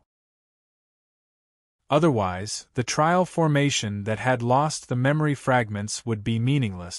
Although the memory fragments of Yuan Ko in the trial formation were consumables that could not be recovered once used, there were still 3 Yuan Ko that could be used repeatedly. They were the 3 Egyptian gods that Jetian had left in the trial formation: Batet, Anubis, and Isis. On the surface, Jetian had told these 3 unlucky guys that as long as they stayed here until Gohan arrived, he would give them freedom. However, in reality, Jetian had secretly left a secret hand on them. Their godheads were firmly controlled by the trial formation. As long as Gohan thought about it, these 3 unlucky guys' godheads would explode. Moreover, they would explode completely and irreparably. Without their godheads, they would return to being weak chickens in the dungeon. They couldn't even beat Gohan, who hadn't learned the yin-yang sword tactic, let alone Gohan, whose strength was equivalent to a treasure sword wielder. Therefore, as long as their godheads were in Gohan's hands, they would be forced to obey Gohan's orders. This was the most useful inheritance that Jetian had left for Gohan. These were 3 Yuan Ko that could reach the universe level after their strength was completely released. With these 3 Yuan Ko by Gohan's side, other than those flood level and desolate level Yuan Ko that Gohan did not dare to provoke, there was no Yuan Ko that Gohan could not deal with. Unfortunately, these 3 Yuan Ko's strength were not even at the meteor level, let alone the universe level. They were only equivalent to the soul level of a top treasure sword wielder. Chapter 427. The matter of the 3 Egyptian deities was complicated, and it was not something that could be controlled by simply threatening them with divinity. Gohan put this matter aside for the time being. He planned to find the 3 Egyptian deities to solve this problem after leaving the fairy tale land. The Shalat Stone's ability to control Yuan Ko was an ability that Gohan was very interested in. Apart from that, the Shalat Stone had another ability that could increase Gohan's life safety factor by 99%. According to the information, the Shalat Stone had the ultimate ability to break through the void and bring the wielder back to the trial formation. This was equivalent to the Hearthstone in World of Warcraft and the Return City in League of Legends. Of course, compared to these 2 abilities, there was still a certain difference. The Hearthstone and the Return City both required a lot of channeling time, but the Shalat Stone's ability was instantaneous. As long as Gohan willed it, the void door could leave and open, and Gohan could return to the trial formation in an instant. One could imagine how precious this ability was. As long as the Shalat Stone was there, unless it was an attack that could kill Gohan instantly without giving him any time to react, Gohan could use the Shalat Stone's power to return to the trial formation. If Gohan had this ability when he faced Medusa, then Gohan would not have faced that life-or-death crisis and almost lost his life. Of course, a powerful ability came with a powerful price. Once this ability was used, the Shalat Stone would lose all its energy and fall into a deep sleep, and Gohan would also lose control of the trial formation. As for how long it would take for the Shalat Stone to recover its energy, it was unknown. The information did not mention this at all. However, with the powerful energy needed to break through the void, it would take the Shalat Stone 10 or 20 years to accumulate enough energy naturally. In fact, Gohan now had a set of double insurance. When Gohan encountered a fatal danger, Gohan's master, Lulei, could also use the giant void hand to grab Gohan back. Only when Lulei could not make a move would the Shalat Stone be used. Anyway, Gohan's life-saving ability had improved greatly. Unless it was a flood level or desolation level Yuan Ko, there was no Yuan Ko that could instantly kill Gohan. After reading all the information, Gohan slowly opened his eyes. He subconsciously touched the sapphire ring on his hand. He looked at it and found that the Shalat Stone had automatically embedded itself into the sapphire ring. Without a doubt, this sapphire ring was the most precious thing he had besides the Sword Lady. It was a treasure that Gohan could not lose. Thank you, Ching-Er. What you did for me is really... Gohan turned his head and wanted to thank I Ching, but he found that I Ching's whole body was like a roasted chocolate, softly lying on his body. Her eyes were tightly closed, and her mouth was weakly open. She felt like a fish out of water. Ching, what's wrong? Gohan hurriedly wanted to carry I Ching in his arms to check on her condition. However, when he carried her, he found that I Ching's body was much lighter than before. How can this be? Gohan's heart skipped a beat. He looked below I Ching's body. I Ching's long legs had disappeared, and her skirt was floating in the air. It was as if I Ching's legs didn't exist before. Gohan immediately touched I Ching's lower abdomen, and found that I Ching's pelvis had completely disappeared. At this moment, I Ching was like a paraplegic patient. How can this be? How can this be? For the first time, Gohan began to panic. He began to panic because of a woman. He put I Ching on the sofa, and found that the ground where I Ching was standing just now was covered with a black sticky liquid. Could it be? A terrifying thought flashed through Gohan's mind. He immediately lifted I Ching's skirt, disregarding the difference between a man and a woman. Then, he weakly took a few steps back, and almost fell to the ground. Gohan saw that only half of I Ching's but was still on her body. The remaining half of her but was constantly dripping the black liquid that Gohan saw just now. The speed of this liquid was not slow. In about 10 seconds, I Ching's but had shrunk by a third at a speed visible to the naked eye.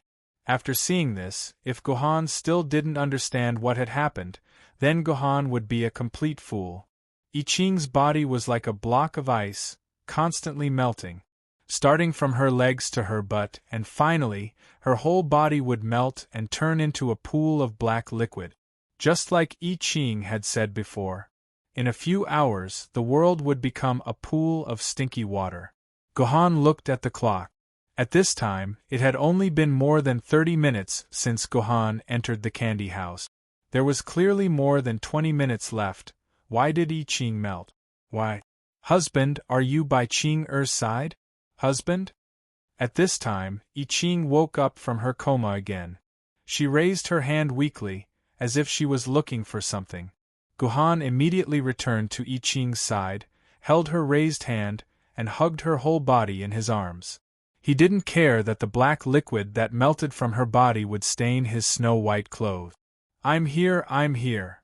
Gohan finally understood why in all the TV dramas, when the male and female leads were about to be separated by life and death, it was always the male lead who held the female lead, held her hand, and gazed at her affectionately. Because at this moment, apart from these things, Gohan couldn't do anything else, just like how he faced the death of his parents 12 years ago. I'm so happy, husband actually cried for Ching-er. At this time, seeing Gohan's sparkling silver eyes, I Ching suddenly laughed happily. Husband always looks serious, just like Ching-er's Prince Charming. Ching-er thought that husband wouldn't be sad for a body made of candy when Ching-er was about to leave. I didn't expect to see husband's tears at this time. Ching-er's more than 700 years of waiting is worth it. Ching-er. Ching-er. Gohan didn't know what to say at all. Even if he was extraordinarily resourceful, at this time, it was still a mess. Husband, don't blame me. This is Ching-er's destiny. When this body was made, when Ching-er's memory was poured into it, Ching-er knew that everything was destined. To be able to spend half an hour with husband, Ching-er's life is enough for Ching-er. I Ching's entire body was enveloped in a glow of happiness and satisfaction. Even though she had been created to wait, and this wait had lasted for 700 years, even though these 700 years were only for a short half an hour of reunion, I Ching was still so satisfied, a satisfaction that came from the bottom of her heart.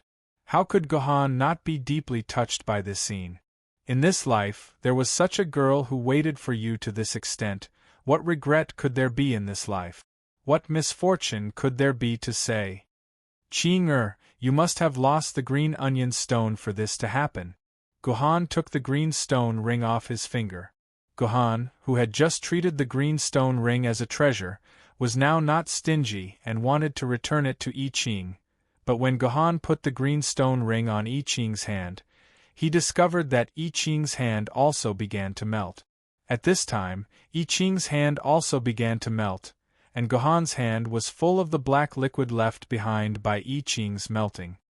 No, husband, the green onion stone is no longer of any use to Ching. I Ching struggled with the last of her strength and shook her head. Husband, Ching admits that the core of Ching Er's body is the green onion stone, but even if I didn't lose the green onion stone, Ching will inevitably melt after an hour. Whether the green onion stone is in Ching Er's body or not, it will be of no use. Husband, please take this ring back, otherwise Ching will not be at ease even if I leave. Ching no. Gohan's voice was already a bit choked. His heart was hit hard by I Ching's words, and his whole heart was sour. Husband, Ching is not the real Ching is only a memory.